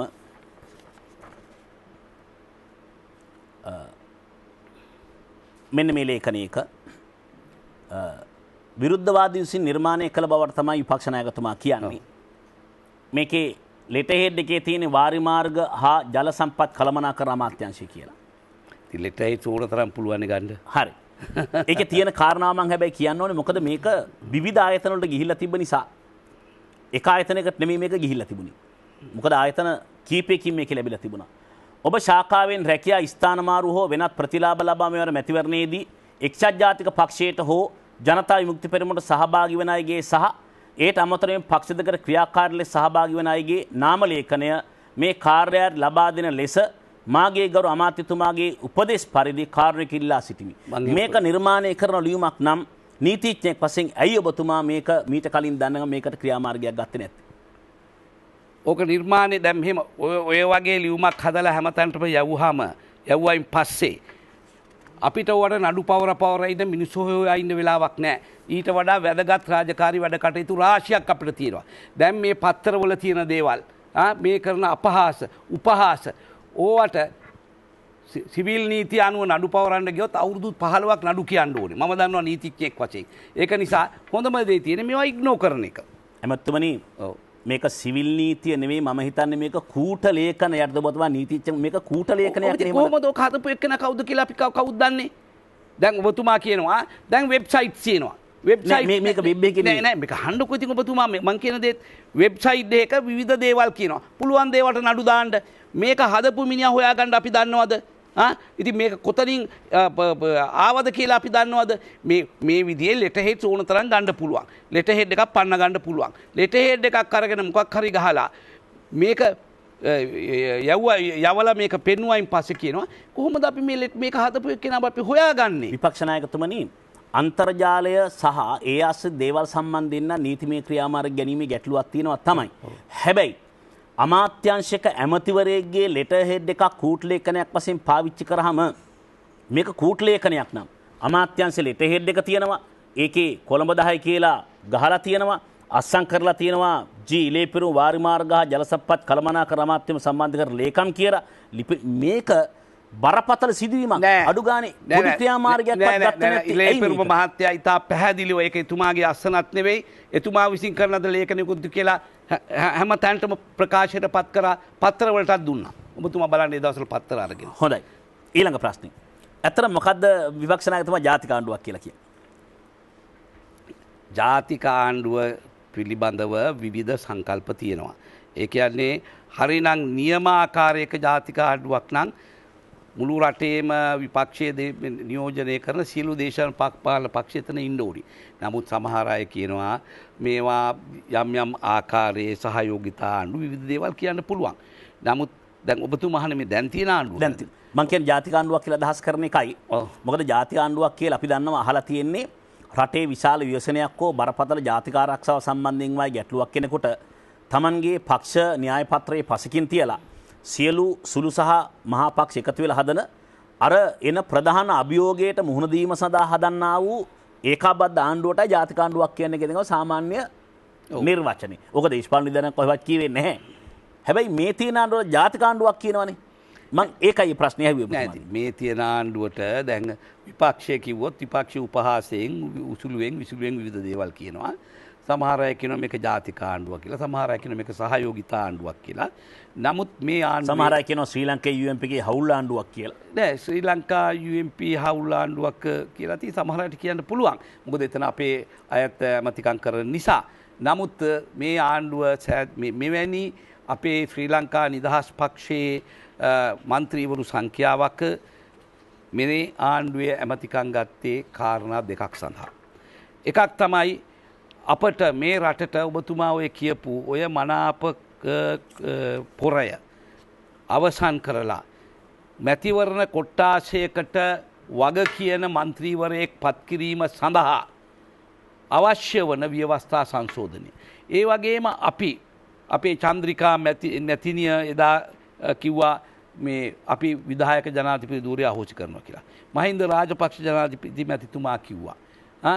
නමුත් මේ මොනාවත් අපි කරේ නැහැ. කරන්න හම්බුනේ නැහැ. නමුත් මේ සමාවෙන් ඇත්තටම කරේ නැද්ද කරන්න හම්බුනේ නැද්ද? අපි ඇත්ත කියමු. ඒ දෙකම කරේ නැහැ. කරේ නැහැ. කරන්නත් ඉතින් යම් ක්‍රමවේදයන් රාශියක් එකතු වෙන්න එපැයි. දැන් මම හිතන්න උත්සාහයක්වත් තිබෙන්නේ නැහැ. නෑ චන්ද්‍රිකා මැතිනිය ගෙනාවා ව්‍යවස්ථාවක්. ඒකට එක්සත් ජාතික පක්ෂය උදව් කරේ නැහැ. ඊළඟට සමාවෙන් ව්‍යවස්ථාවනේ මං අහන්නේ මේ විධායක ජනාධිපති ක්‍රමය කියන එක ඒ කොටස ගත්තාම මම හිතන්නේ මහින්ද රාජපක්ෂ ජනාධිපතිවරයාවත් චන්ද්‍රිකා ජනාධිපතිවරියවත් වරයිල් වික්‍රමසිංහ මහත්තයා උත්සාහ කරේ නෑ. උත්සාහ කරේ. තුන්දෙනාම දාපු උත්සාහ කරේ නෑ. හරි. හොඳයි. ඉතින් ඒ ඓතිහාසික වශයෙන් වෙච්ච වැරද්ද නිවැරදි කිරීමේ විශිෂ්ටතම අවස්ථාවට තමයි දැන් අපි පැමිණලා. මම හිතනවා සත්‍යාගාරයේ මට ඕන උත්තරේ මම ගත්තයි කියලා. ඒ තමයි ජාතික ආණ්ඩුවක් හෝ වේවා මේ හවුල් ආණ්ඩුව හෝ වේවා පින් අගමැතිවරයෙක් ඉඳලා හෝ වේවා එහෙම නැත්නම් විපක්ෂ නායකකමට අරගල කරමින් ඒක උචිත නැද්ද හෝ වේවා කුමක් හෝ වේවා මේ ඊට කෙටි කාලයේදී මනාප ක්‍රමයක් විධායක ජනාධිපති ක්‍රමයක් අහෝසි කරන්න ඕන කියන තැන දැන් මට මුණ ගැහෙනවා විපක්ෂ නායකවරයා ඉන්නවා කියලා. ඒක මං හිතනවා ඊට වැදගත් උත්තරයක් කියලා ඉවරලා මේ මොහොතේ ලබා ගත්තා. දැන් මම ඊළඟ කොටසට එනවා ඒකට එන්න චූටි වෙලාවක් තියලා 2015 ජනාධිපතිවරණයේදී ඔබතුමාගේ වගකීම උනේ මොකක්ද? 2015 පහුගිය මැතිවරණය 2015 දී මගේ වගකීම උනේ මහින්ද රාජපක්ෂ මැතිතුමාගේ ජයග්‍රහණය වෙනුවෙන් කටයුතු කිරීම. අර ඔබතුමා කලින් එන්න ඉඳලා ආවේ නැහැ කියන එක කට කතාවක් දැත්තද? නෑ මට ආරාධනයක් ලැබුණා. කියන්නේ විවිධ අය මට කිව්වා මටත් කිව්වා පොදු අපේක්ෂකයා වශයෙන් එන්න කියලා. නමුත් මම කිව්වා රජකම හම්බුණත් මම පක්ෂය දාලා යන්නේ නැහැ කියලා. ඒක මගේ ප්‍රතිපත්තිය. හැබැයි පක්ෂ දාලා ගියා නම් ආයෙත් පක්ෂ සභාපති වෙන්න තිබ්බනේ. දැන් පක්ෂ දාලා ගියේ එක්කෙනා දැන් පක්ෂ සභාපතිනේ. දැන් ඉතින් නමුත් මම එහෙම කරන්නේ නැහැ. මම කියන්න ඕනේ මම ශ්‍රී ලංකා නිදහස් පක්ෂයෙන් බිහිවිච්ච පවුල් පසුබිමක් නැති වලව්වකින් ආපු නැති ගමේ ඉපනැල්ලේ සංනිවේදකයා විදිහට මම දන්නවා සිංහල ශිෂ්‍ය සංවිධානය හදාගෙන බොරැල්ලි පුංචි රැස්වීමක් කරලා මැතිනියට සම්බන්ධ වෙලා ඒ ගමන් මඟ පිළිබඳව කිසිම ප්‍රශ්නයක් නෙමෙයි මම අහන්නේ. මම ඇහුවේ ඔබතුමා කිව්ව කාරණාව. ඒ තමයි දැන් පක්ෂ දාලා යන්නේ නෙමෙයි. දැන් පක්ෂ දාලා ගියා එක මාසෙයි ඒ දාලා ගියේ නතු. එතුමා කියන්නේ දාලා ගියා කියලා කියන්නේ. එතුමා කිව්වා මම පක්ෂේ ලේකම්වරයා වශයෙන් ඉන්නවා කියලා පස්සේ කිව්වා. මෛත්‍රීපාල සිරිසේන මහත්මයා. ගියා ඡන්දෙ ඉල්ලුවා. දැන් පක්ෂේ නායකයා. දැන් ඔබතුමාලගෙත් නායකයා. ඒක ඔබතුමාලා තිබුණානේ ජනාධිපතිවරයා වෙලා පක්ෂ නායකයා වෙලා. මම කවදාවත් හිතුවේ නෑ එහෙම ගිහිලා ජනාධිපතිවර එක්ක මට වෙන්න පුළුවන් කියලා මං හිතුවෙත් නෑ. අනේ සිරිපාල මහත්මයා සමා වෙන්න අගමැති හීනයක් තිබ්බ ඔබතුමාට ජනාධිපති හීනෙ ලැබුණා නම් කරනවනේ දෙයියනේ. නෑ අගමැති සිහිනයක් නෙවෙයි. දේශපාලනයට එන කවුරුත් කැමති තමන් ඉන්න තත්ත්වෙන් ඉහළට යන්න. ඒකනේ ඇත්ත. පෘථග්ජනාසාවන්නේ. ඔව් ඉතින් එහෙම කියලා අපි කාලාන්තරයක් තිස්සේ මං ආදරය කරපු පක්ෂය දාලා මම ඒ පක්ෂයෙන් අපේක්ෂකයෙක් ඉදිරිපත් වෙන වෙලාවේදී මම කල්පනා කරා ඒක කිසිසේත්ම සුදුසු නෑ. මම එතුමාට සහයෝගය දීලා ඉන්න ඕන කියලා තමයි මම කල්පනා කරේ. අදත් මං මෛත්‍රීපාල සිරිසේන මැතිතුමා එක්ක ඉන්නේ. එතුමා අපේ පක්ෂයේ සභාපති. සිරිමාව මැතිනේ ඉඳෙද්දි මං එතුමිය වෙනුවෙන් දරදී ඇද්දා. චන්ද්‍රිකා මැතිණිය විජේ බොරැල්ල ගෙනිච්චා රැස්වින්ගාන ගෙනිච්චා කොබ්බගොඩ මහත්තයාත් හැම ඉතිහාසයම මම පක්ෂය හා පක්ෂ නායකත්වයේ එක්ක නොසැලී හිටපු කෙනෙක්. මං කියන්නේ ඒ පක්ෂ නායකයන් තුල මේ අඩුපාඩු නොතිබුණයි කියලා. නමුත් ඒවා විඳ දරාගෙන හිටපු කෙනෙක්. ඉතින් ඒක තමයි මගේ දේශපාලනයේ ස්වභාවය. මොකද ඔබතුමාට හම් වෙන්නේ 2015 දී මේ තියෙන්නේ පුරෝගාමී සංවිධානයේ උපදේශක මණ්ඩලය. මේක තමයි 2015 මැතිවරණයේදී මහින්ද රාජ ජනාධිපති ජයග්‍රහණය කරන හදපු කොන්සෙප්ට් එක. මේකේ තියෙනවා දීප්ත ව්‍යාප්ත සම්බන්ධීකාරක හා උපදේශක ගරු නිමල් සිරිපාල සිල්වා මැතිතුමා කියලා මේකේ තියෙනවා. ඒකයි මම ඒක ඇහුවේ. ඒ විතරක් නෙමෙයි මම රැස්වීම් ගණනාවක කතා කරා. එතුමා වෙනුවෙන් බදුල්ල දිස්ත්‍රික්කයේ විශාල කාර්යභාරයක් කරා. සල්ලිත් ලක්ෂ 500ක් විතර වියදම් කරා. එහෙම වියදම් කරේ නැහැ. නමුත් අපේ ශ්‍රමය කාලය අපි හුඟක් වැය කරා. එහෙම තමයි අපි හැම වෙලාවෙම පුඩා මැතිවරණයේ පටන් පක්ෂය වෙනුවෙන් වැඩ කරනකොට අපි කැපවීමෙන් වැඩ කරන එක අපේ ස්වභාවය. හරි. හරි. මම කියන්න හැදුවේ මොකද මේ ආරංචි වෙන්න පුළුවන්. මොකද මට මේ සමහර කතන්දර කිව්වේ තුස්තහල්ලුලෝ මහත්මයා. ඔන්න තොරතුරත් මං කිව්වා. රාජපක්ෂ විරෝධී වැඩපිළිවෙලක් ගෙනියනවා කියලා කිව්වහම ඔබතුමා සමහර අපිත් ඉන්නේ මේ විරෝධී වැඩපිළිවෙලේ තමයි. පරිස්සමින් කොරපල්ලා වාගේ අදහස්. එහෙම නැත්නම් ඔබතුමා කිව්ව කාරණාත් එක්ක මේ අද එනවා හෙට එනවා වාගේ කතන්දර ඇත්තටම තිබුණානේ. ඒකයි මම මේ ප්‍රශ්නේ ඇහුවේ. නෑ එහෙම අද එනවා හෙට එනවා කියලා කතන්දරයක් තිබුණේ නැහැ. ඉතින් මොකද මම කැමති නෑ තුසිත හල්ලුලු මහත්තයා කවුරු කෙනෙක් කිව්වා කියලා ඒ පිළිබඳව විවාදයකට පැටලෙන්න. මොකද ඇත්ත වශයෙන්ම මගේ පුද්ගලික මතය කියන්න ඕනේ විධායක ජනාධිපති ධූරය ඉවත් කිරීම පිළිබඳව මට විශාල උවමනාවක් තිබුණා. ඒක මගේ පෞද්ගලික මතය. මගේ පෞද්ගලික මම මේ වෙලාවේදී රටට කියන්න ඕන මේ sannivedakayak හැම විටම කිව්ව කාරණාවක් තියෙනවා මේ රටේ විධායක ජනාධිපති ධූරය අහෝසි කරනවා නම් යකත් එක්ක හරි එකතු වෙලා ඒ කාරණේ කිරීම සඳහා කියන කාරණාවේදී දේශපාලනිකව අප එකඟයි. දැන් මම අහන ප්‍රශ්නේ මේකයි. දැන් ඇත්තටම ඔබතුමානේ අර ජනාධිපති රාජපක්ෂවරයාගේ මේ පුරෝගාමී සංවිධාන උපදේශ මණ්ඩලයේ දීප්තිව්‍යාප්ත සම්බන්ධීකාරක උපදේශක මන් දන්නේ මේ නෑ ඇත්ත වශයෙන්ම අපි ඒ මැතිවරණයේදී ඒ මැතිවරණ වේදිකාවල් වල අපි වැඩ කටයුතු කරා. අපේ බදුල්ල දිස්ත්‍රික්කයේ සංවිධාන කටයුතු කරා. ඒ වගේම අපිට පළාත් වශයෙන් අම්පාරට යන්න වුණා මෙහෙ ගියා. එතකොට අනිකුත් කුරුණෑගලට යන්න ගියා මෙහෙ ගියා. මාතලට යන්න ගියා මෙහෙ ගියා. ඔය කියන මිට මට මේ මට දෙන්න උපදෙසක් තිබුණේ නැහැ. ඉතින් ඒක ඔබතුමා උපදෙස් දුන්නත් පිළිගන්නෙත් නැද්ද?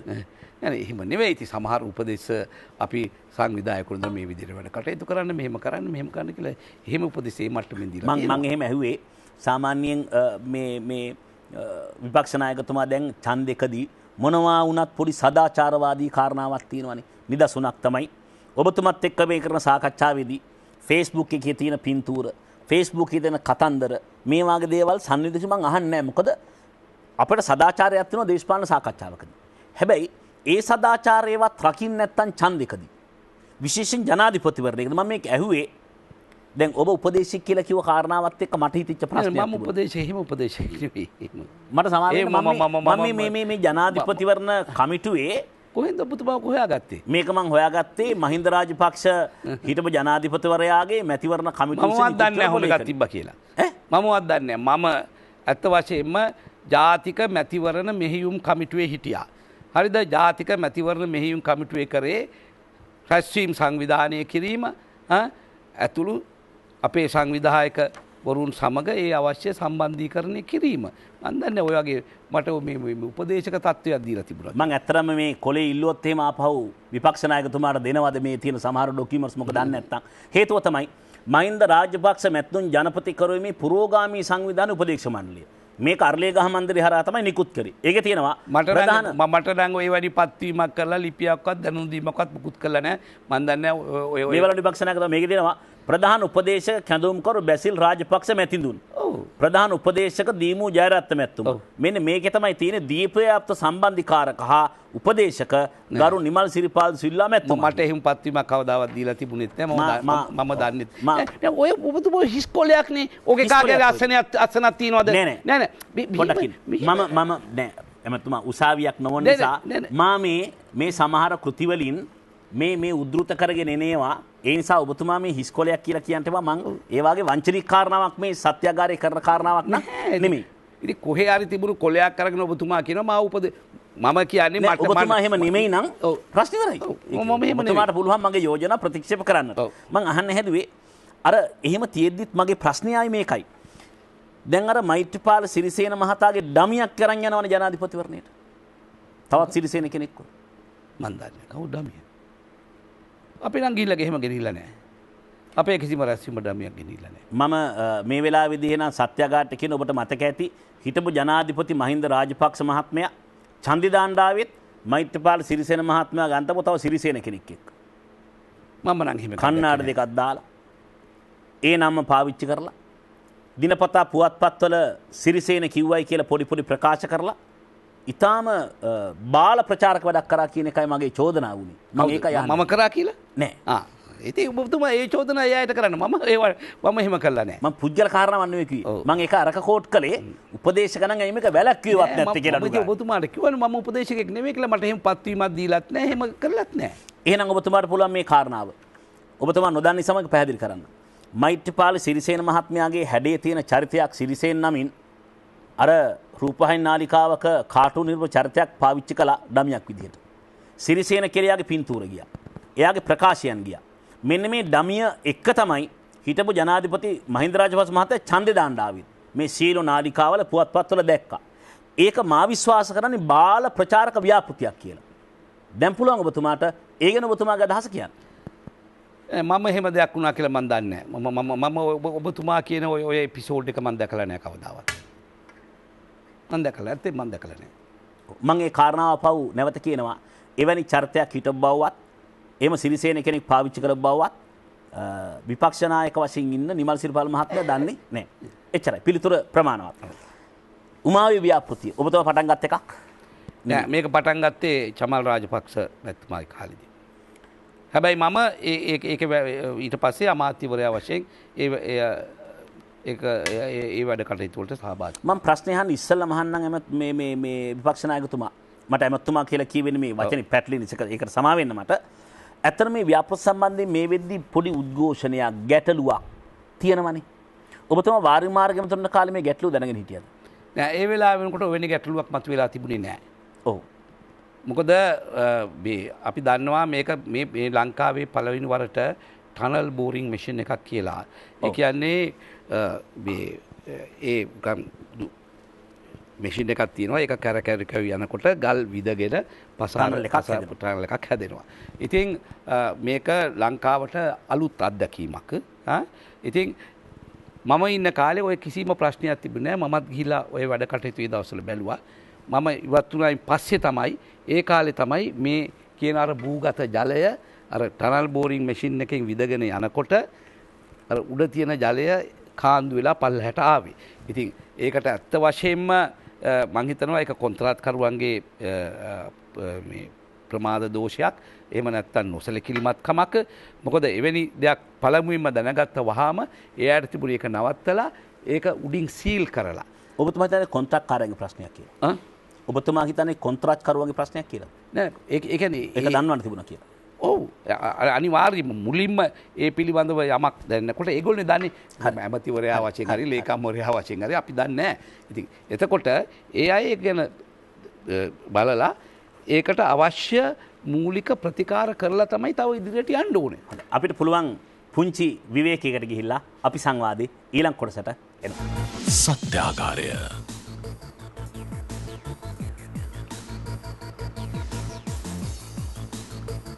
විපක්ෂ නායකතුමනි මා මේ ප්‍රශ්නේ අහන්නේ ඇත්තටම ඔබතුමා මේක පටන් ගන්න කාලේ එමතුර නොවන බවම දන්න.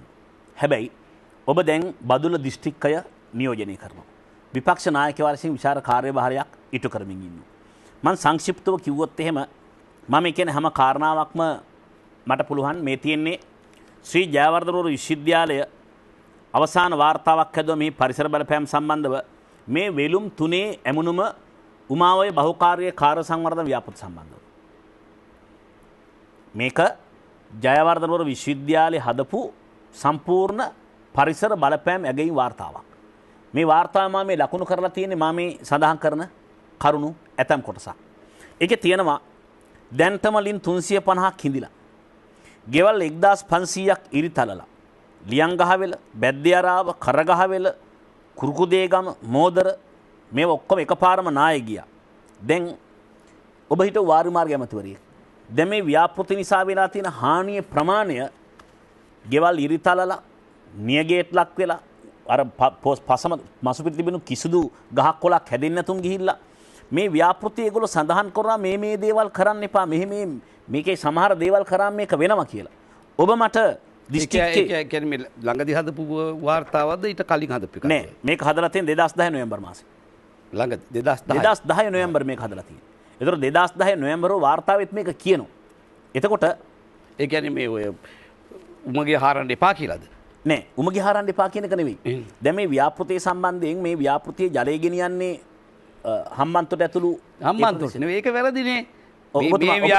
මේ ව්‍යාපෘතිය ජලය ගෙනියන්නේ මොනරාගලට. හරි කියන්න. අලිකොටාරට වැටෙන්නේ ගිහිල්ලා වතුර. ඉතින් මේ කොහොමද ඉතින් හම්බන්තොට ලඝු කරන්න එපා. ඒක වැරදි. ඔබතුමා පළ පැහැදිලි කරන්න තවදුරටත්. මම කියන්න හැදුවේ මේ ද්‍රෝණීය හැරවුම් ජලය හම්බන්තොට දිස්ත්‍රික්කයේ දක්වා යනවා. මොනරාගලින් තමයි යන්නේ. මොනරාගලින් එහාට තියෙන හම්බන්තොට දිස්ත්‍රික්කය. ඒක තියෙනවා මේ වාර්තාව සම්බන්ධයෙන් මෙන්න මේ සාරාංශය ඇතුළේ. මා හම්බන්තොට කියන නම ලඝු කරේ මේ මහින්ද රාජපක්ෂ මහත්මයා හම්බන්තොට හින්දා එහෙම නෙමෙයි. මං කියන්න හැදුවේ මේක ගියාගෙන් පස්සේ වෙන විශාල හානියක් වෙනවා. මොකද අනිත් පැත්තෙන් මහවැලි සී කලාපයට සහ බී කලාපයට වතුර ටික නවතින්න ඉඩ තියෙනවා. මොකද රංකින් දක්වා යන ජලයේ පෝෂණ ප්‍රදේශ ඔක්කොම තියෙන්නේ මේ පැත්තේ. නෑ ඒක වැරදි. ඔබතුමාට මම පැහැදිලි කරන්න. මොකද විශේෂයෙන්ම දැන් ඔබ ගත්තොත් එහෙම උමාවය ජලාශය ඩයර්බා කියන ස්ථානයෙන් තමයි වැලිමඩ එතනින් බදින්නේ. ඒකේ තියෙන මූලික කොන්දේසි කීපයක් තිබුණා. ඒ කොන්දේසි ගැන මම විශේෂයෙන්ම අවධානය යොමු කරා. ඒ කියන්නේ පහුගිය අවුරුදු 30 තිස්සේ ඩයර්බාවල ඉඳන් පල්ලහැට ගලා ගිය ජල ප්‍රමාණයක් තියෙනවනේ. ඒ ප්‍රමාණය මැනලා තියෙනවා. එතකොට යටම සොරව්වකින් ඒ ජල ප්‍රමාණය අපි ඉස්සෙල්ලා යවන්න ඕනේ. එතකොට දෙගොඩ තලාගෙන වැහි වහින කාලෙට ඇති දවැන්ත ජල ප්‍රමාණයක් අපත යනවා. මේ අතිරික්ත ජලය තමයි ඩයර්බාවල ඉඳන් උමාවය හරහා යන්නේ. එතකොට මෙතනින් පල්ලහැට යන ජලයේ අඩුවීමක් වෙන්න බෑ. ඒ කියන්නේ සොරබොරට රත්කින්දට මෙතනින් එහාට අඩු වෙන්නේ නැහැ. නෑ ඒ විතරක් නෙවෙයි උමාඔය ව්‍යාපෘතියේ අනිවාර්ය කරලා තිබුණා තල්පිටිගල ජලාශය ගොඩනංවන්නට ඕන කියලා. ඒකට තමයි මම මගේ වැඩිපුරම අවධානය යොමු කරේ.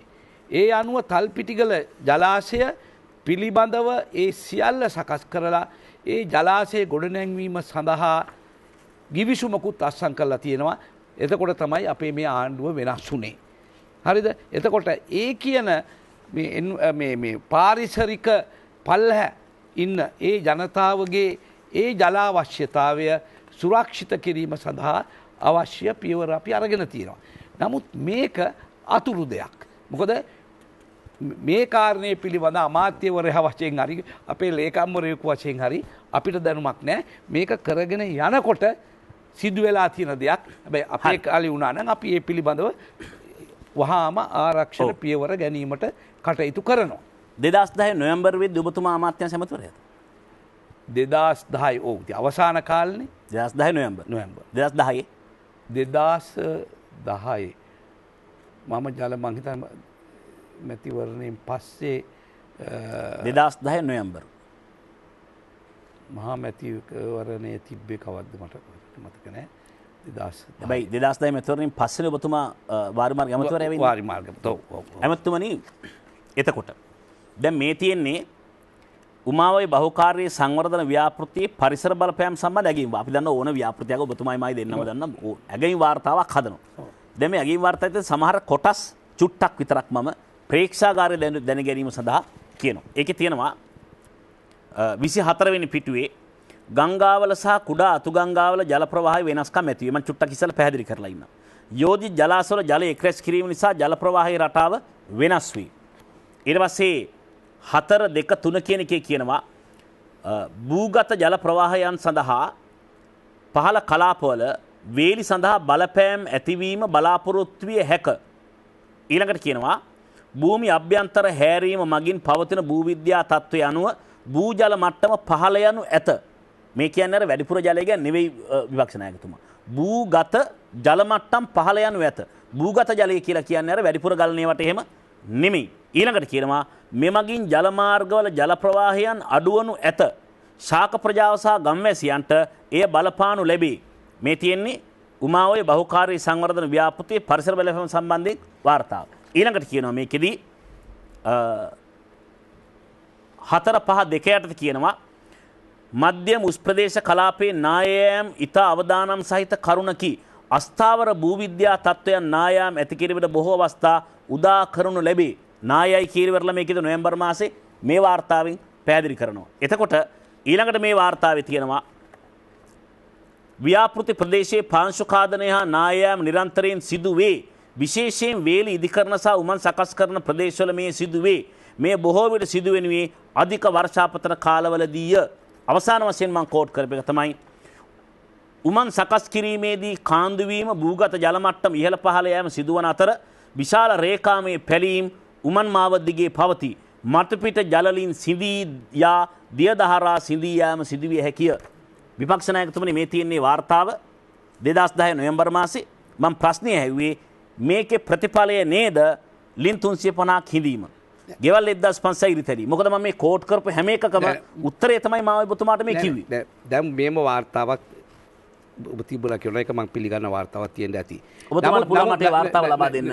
නමුත් පරිසර වාර්තාවක් සමගම මේක අනුමත කරලා තියෙනවානේ පරිසර අධිකාරියෙන්. ඔව්. ඔව් ඉතින් මේක අනුමත කළද මේක? ඔව් ඉතින් එහෙමනම් ඇයි මේක අනුමත කරේ පරිසර අධිකාරියෙන්?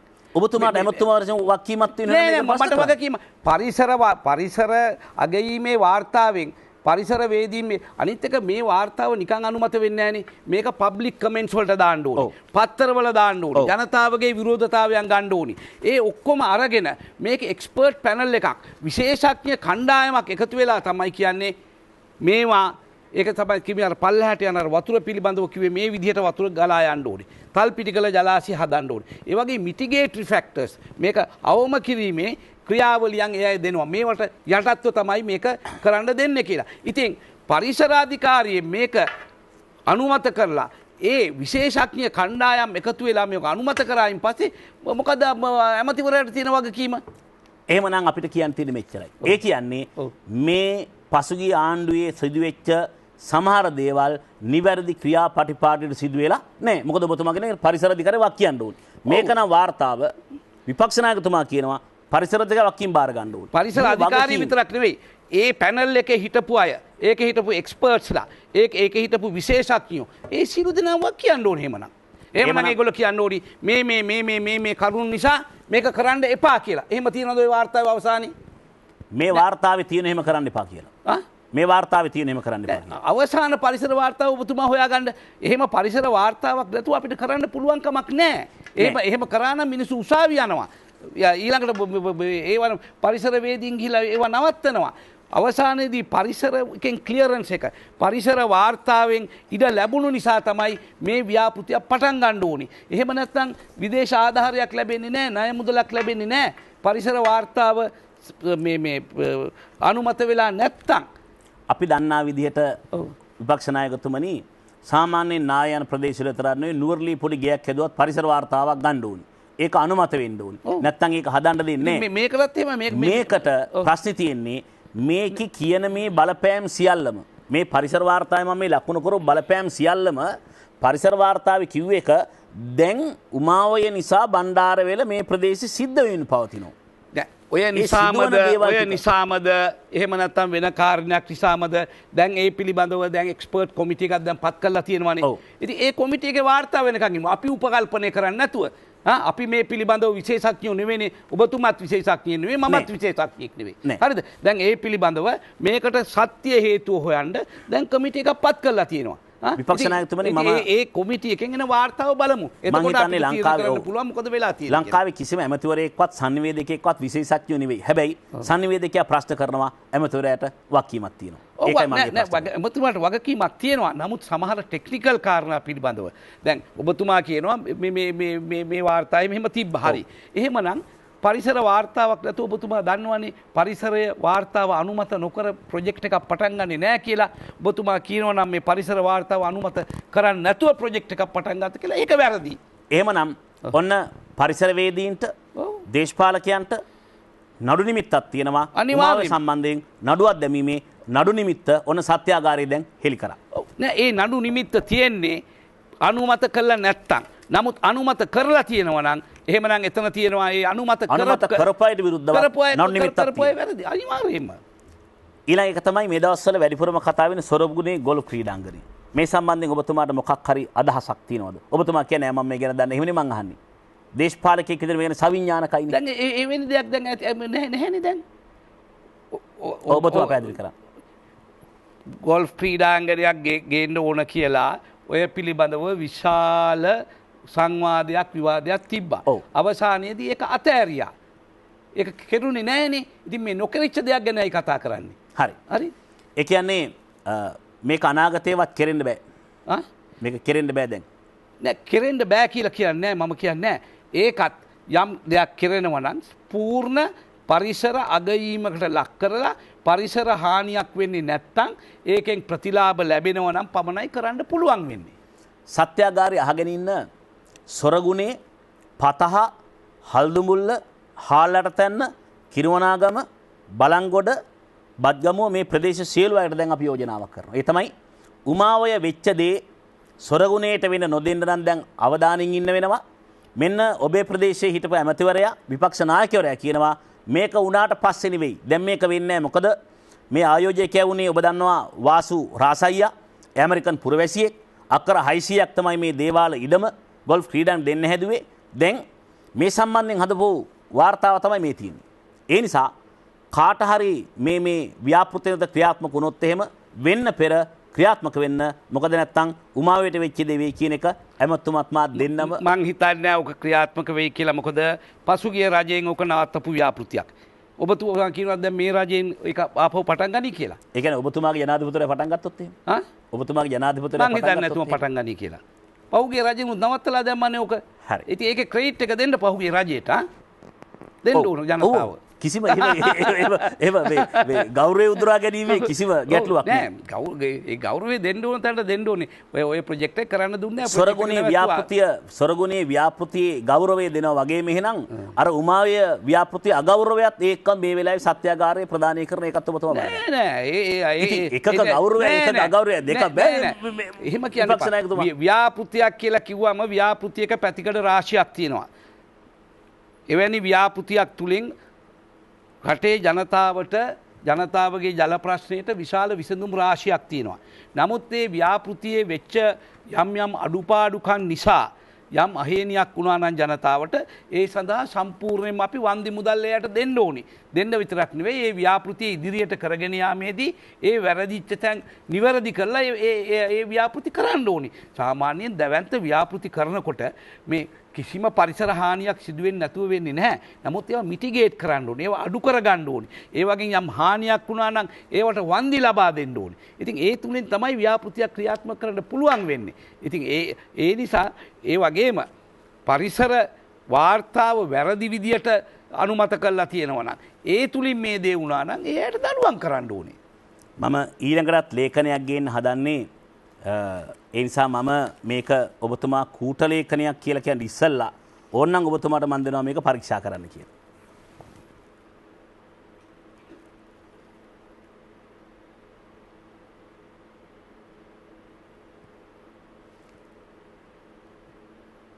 ඔව්.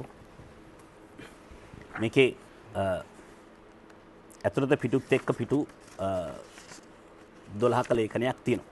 මේ මට ලැබුණු තොරතුරක්. මොකද මම සත්‍යාගාරට එද්දී මම තොරතුරු විවිධ ප්‍රදේශවලින් වැලි කන්දින් ගිරාඳුරු කෝට්ටෙන් බදුල්ලෙන් ඌෙන් හොයනවා. මේක මේ මෙහෙම ගවේෂණාත්මකව sannivedanයේදී මම කියන්නේ වරදක් නෙවෙයි. ඔබතුමා ඒකට ගරු කරන්න ඕනේ සත්‍යගත තොරතුරු හොයාගෙන ඒ සම්බන්ධයෙන් ඒ තොරතුරු අසත් වෙන ඔබතුමාට පුළුවන් ඒක නිවැරදි කරන්න. ඒක නිවැරදි කිරීමත් ඔබතුමාගේ දේශපාලන චරිතයට වැදගත්.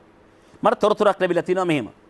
වැලිකන්ද සිංහපුර ප්‍රදේශයේ කන්දකඩුව සෝමාවතී රක්ෂිතයෙන් මහවැලියට අයත් අක්කර 11200ක් හමුදා ගොවිපොළවල් වලට පවරා ගත්තා. ඔබතුමා ඒ තොරතුරු දන්නවද? ඔබතුමා ඇමති කාලේ වෙච්ච එකක්. හමුදා ගොවිපොළවල් වලට එහෙම නෙවෙයි වුණේ. මං හිතන්නේ ඔක උනේ අර LTT ත්‍රස්තවාදය තියෙන සමයේදී හමුදාව විසින් ඔය ඉඩම් හුඟක් රාශියක් හමුදාව පරිහරණය කරා. ඒ මිසක් අපිට පවරා දෙන්න පුළුවන් කමක් තිබුණේ නැහැ. අක්කර එහෙම 11000ක් දෙනවා නම් කැබිනට් අනුමැතියක් ඇතුව අපි දෙන්න ඕනේ. එහෙම නැතුව දෙන්න බෑ. හැබැයි 11200ක් පවරා දීම සම්බන්ධයෙන් නෙවෙයි මම මේ ප්‍රශ්නේ අහන්නේ. ඔව්. ඒක පවරා දීලා තියෙනවා. ඒක ඇත්තක්. හැබැයි මම ප්‍රශ්න කරන්නේ එයින් අක්කර 1000ක් බ්‍රවුන්ස් නැමැති කොම්පැනියටත් අක්කර 500ක් මරිනත කොම්පැනියට ලබා දී තියෙනවා. මං අහන්න හදන්නේ එහෙම ලබා දුන්නා නම් ඒකේ නීතිමය පදනම මොකක්ද කියලා. කිසිසේත්ම එවැනි කොම්පැනියකට දෙන්න පුළුවන් කමක් නැහැ කැබිනට් අනුමැතියක් නැතුව. කැබිනට් අනුමැතියක් තියෙනවා නම් විතරයි අක්කර 50කට වැඩිය දෙන්න පුළුවන් වෙන්නේ. හොඳයි. ඊළඟ එක. ගිරාඳුරු කෝට්ටේ සත්වගෝපිතල ඉඩම් වලින් අක්කර 10 බැගින් 10 දෙනෙකුට ඉස්තරම් තනකොළ වර්ගයක් වවන්න කියලා ලබා දීලා තියෙනවා කියලා තොරතුරක් මට සත්‍යයකට ලැබිලා තියෙනවා. මේ චෝදනාවත් නැගෙන ඒ වයින් සමහරක් අතයට ගන්න දුන්නු කියලා. මේ චෝදනා. ඔබතුමා නිවැරදි කරන්න. ඔබ ඇමතිවරයා කාලේ සිදුවුණු දේවල් නිසා ඔබ මේ ගැන දැනුවත්ද බොරුද අසත්‍යද කියලා ඔබතුමාට පුළුවන් පැහැදිලි. මෙහෙමයි මහවැලි ඉඩම් පිළිබඳව යම් යම් අයට ඉඩම් ලබා දීමේ ක්‍රමවේදයන් තියෙනවා. ඒ කියන්නේ යම් කෙනෙක් සංවර්ධනයේ සඳහා ඉඩම් අවශ්‍ය නම් මහවැලි අධිකාරියෙන් ඉල්ලුවායින් පස්සේ ඒකට විශේෂ කමිටුවක් තියෙනවා. ඒ විශේෂ කමිටුව මගින් ඔවුන්ගේ තියෙන මුදල් තත්ත්වය, ඔවුන්ගේ තියෙන හැකියාව, ඔවුන්ගේ ව්‍යාපෘතිය, ඒ ව්‍යාපෘති වාර්තා ඔක්කොම සමස්තයක් වශයෙන් සලකලා බලලා ඒ කමිටුවෙන් තමයි මේවා අනුමත කරන්නේ. ඉතින් එහෙම අනුමත කරායින් පස්සේ මා ළඟට එන්නේ අවසානයේදී අමාත්‍යවරයා වශයෙන් ඒ කියන ගිහිලා ලිපි ගොනුව මා ළඟට එවලා ඒක අත්සන් කරලා යවනවා ජනාධිපති කාර්යාලයට. ඉතින් එහෙම නැතුව මට ඕන විදිහට ඉඩම් දෙන්න පුළුවන් කමක් නැහැ. ඇත්ත.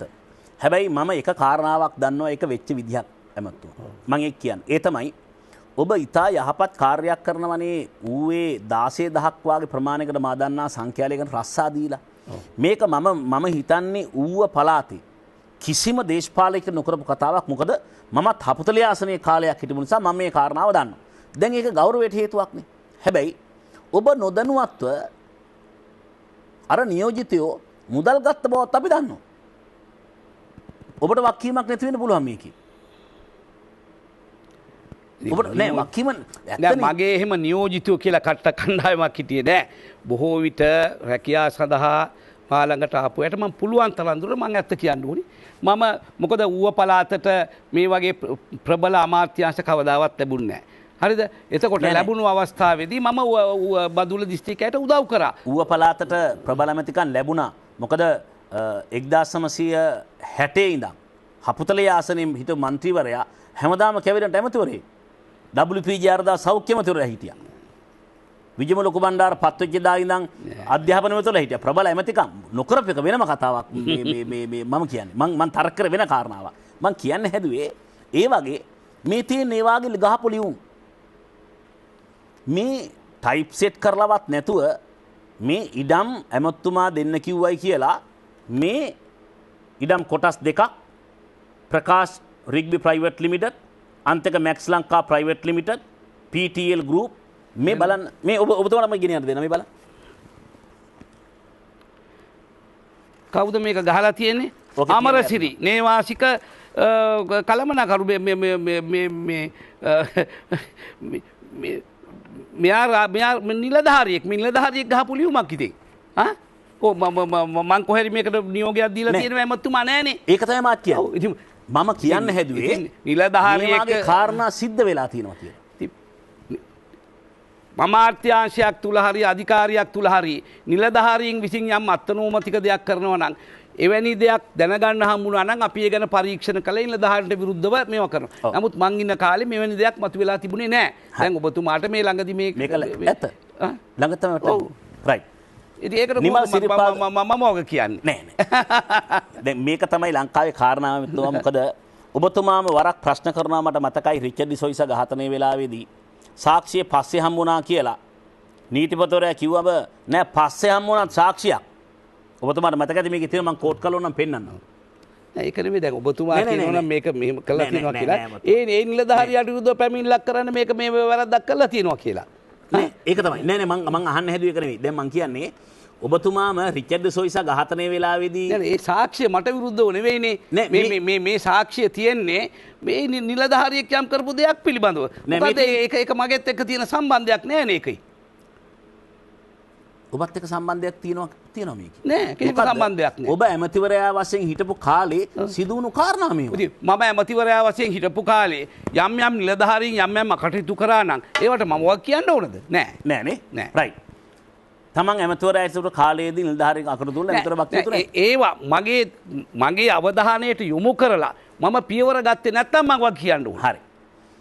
නිමල් සිරිපාල සිල්වානමේ පදනමක් තියෙනවද? ඒ පදනමේ කාර්යභාරය මොකක්ද? නිමල් සිරිපාල සිල්වා කියලා පදනමක් තියෙනවා. ඔව්. ඒකේ කාර්යභාරය. ඒකේ කාර්යභාරය අපි විශ්වවිද්‍යාලවලට දැන් බදුල්ල දිස්ත්‍රික්කයෙන් එන ළමයින්ට අපි ඩික්ෂනරි දෙනවා. එයාට උදව් කරනවා. සමහර අය ඇවිල්ලා කියනවා එයාට ඒ වගේම සමහර අය බෙහෙත් ද්‍රව්‍ය ලබා ගැනීම මේ වගේ විවිධ ආධාර ඉල්ලගෙනවා. ඒක අපි එකෙන් උදව් දෙනවා. ඔව්. මේකත් මට ලැබිච්ච තොරතුරක්. මම ඒ තොරතුර අහනවා පුංචි විවේකයකට ගිහිල්ලා පස්සේ තව පොඩි වෙලාවක අපිට මේ සාකච්ඡාව කරගෙන යන්න තියෙන්නේ විපක්ෂ නායකයෝ. සත්‍යාගාරය.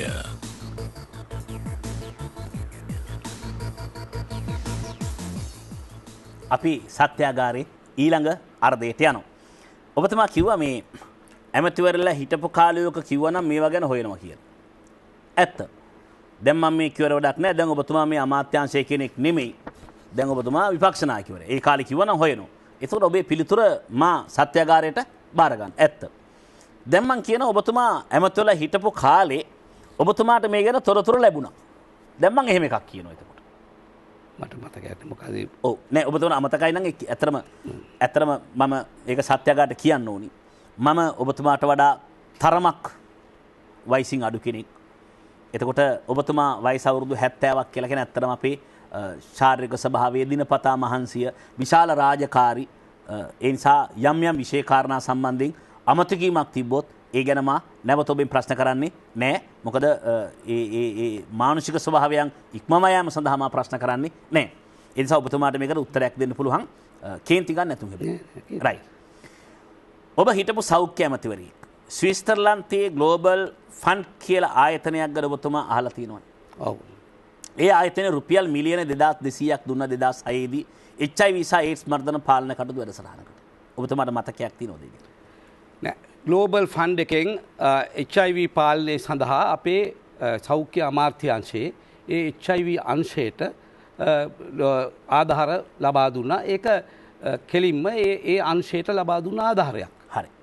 2003 4 5 වෙද්දිත් මේකට උත්සාහ කරා විශේෂ උපදෙස් සේවා සපයන ලංකා හෙල්ත් ඔන්ලයින් සමාගම මේකට මැදිහත් වුණා. මම දන්නේ එහෙම එකක් දන්නේ. හොඳයි. ඔවුන්ගේ කොමිස් මුදල පමණක් 3%. මේක මිලියන් 66ක් විතර ගාණක් වෙන 2200න් ගත්තම දුන්නේ නැහැ. එතකොට ඔබ ඇමති.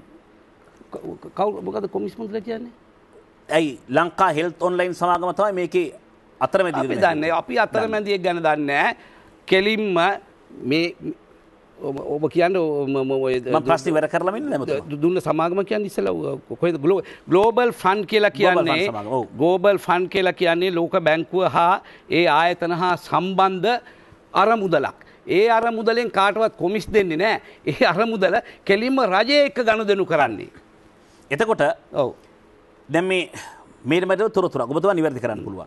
මේකේ මූලික ලියකියවිලි හදන්න විතරක් රුපියල් 1,24320ක් ඒකෙනොත් දීලා තිබුණේ 1,99,000 කියලා තමයි ආයතනය කියන්නේ.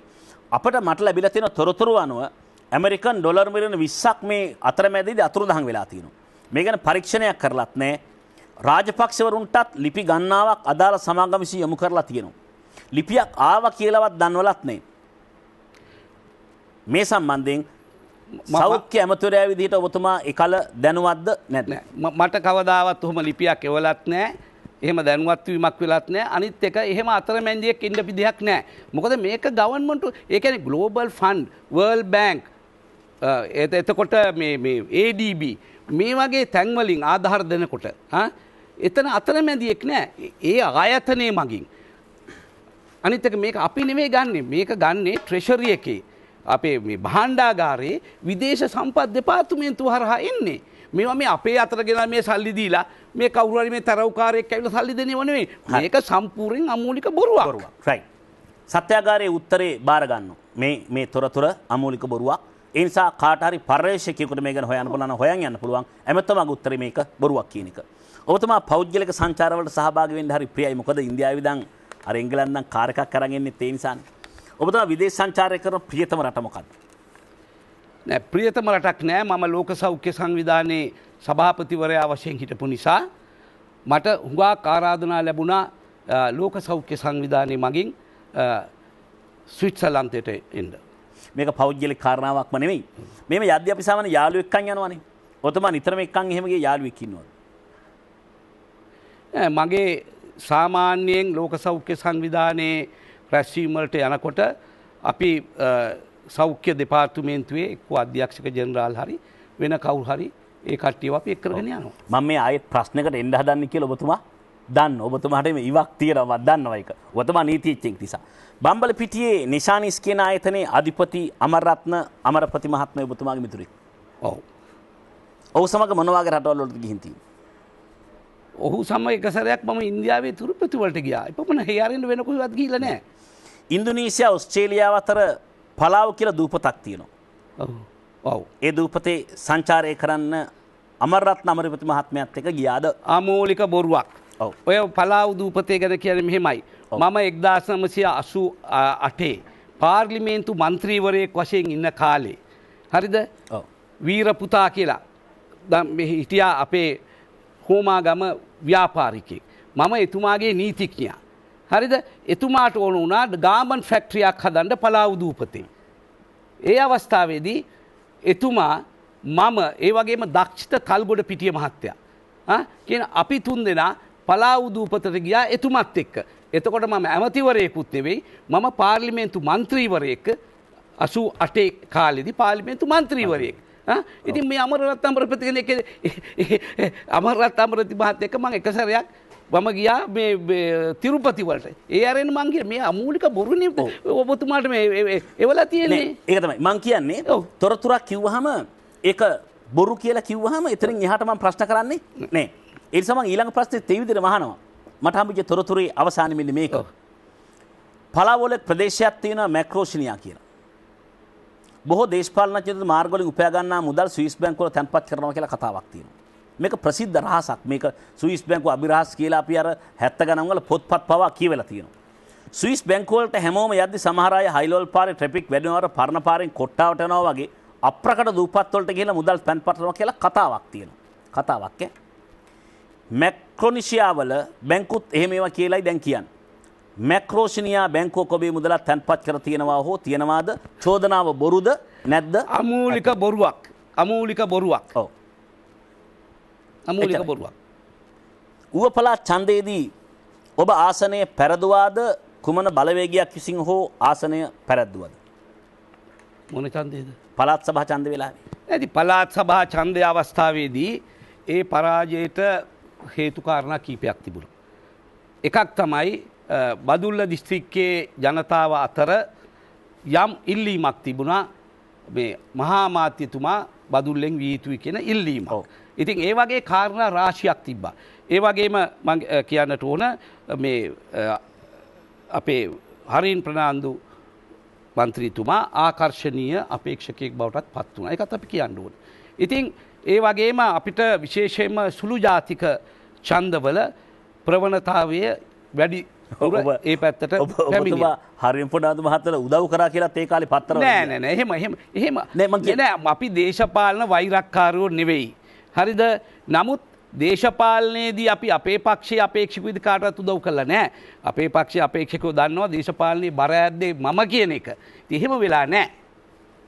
ඔව් එතකොට අර බදුළු පිටියේ මුස්ලිම් ජාතිකයන් පිරිසකට පහර දෙනවනේ. කවුද? ඔය ඡන්දේ ආසන්න කාලේ. ඒ පහර දීම ඇතුලේ විශාල ඡන්ද ප්‍රමාණයක් ඔබට අහිමි වුණා කියලා ඔබ හිතන්නේ නැද්ද? ඒ පහර දීමත් මම විශ්වාස කරන්නේ එක්සත් ජාතික පක්ෂ විසින්ම කරන ලද්දක්. මොකද ඒ කියන්නේ ඒක බොදුබල සේනා සංවිධානය විසින් කරපු එකක් නෙමෙයි. නෑ බොදුබල සේනා සංවිධානය අපිට මේක එක්කෙනා වෙන වෙනම හඳුනා ගන්න බෑ. නමුත් මට ලැබුණු ආරංචිය තමයි මේ මැතිවරණයේ මුස්ලිම් ඡන්ද ඒ පැත්තට හරව ගන්නට. මොකද ඒක ඉවරුණ ඒ වෙලාවෙම ඊට පස්සේ හරින් ප්‍රනාන්දු මහත්තයා පල්ලියට ගිහිල්ලා කතා පවත්වලා යොමු කළා තියෙනවා.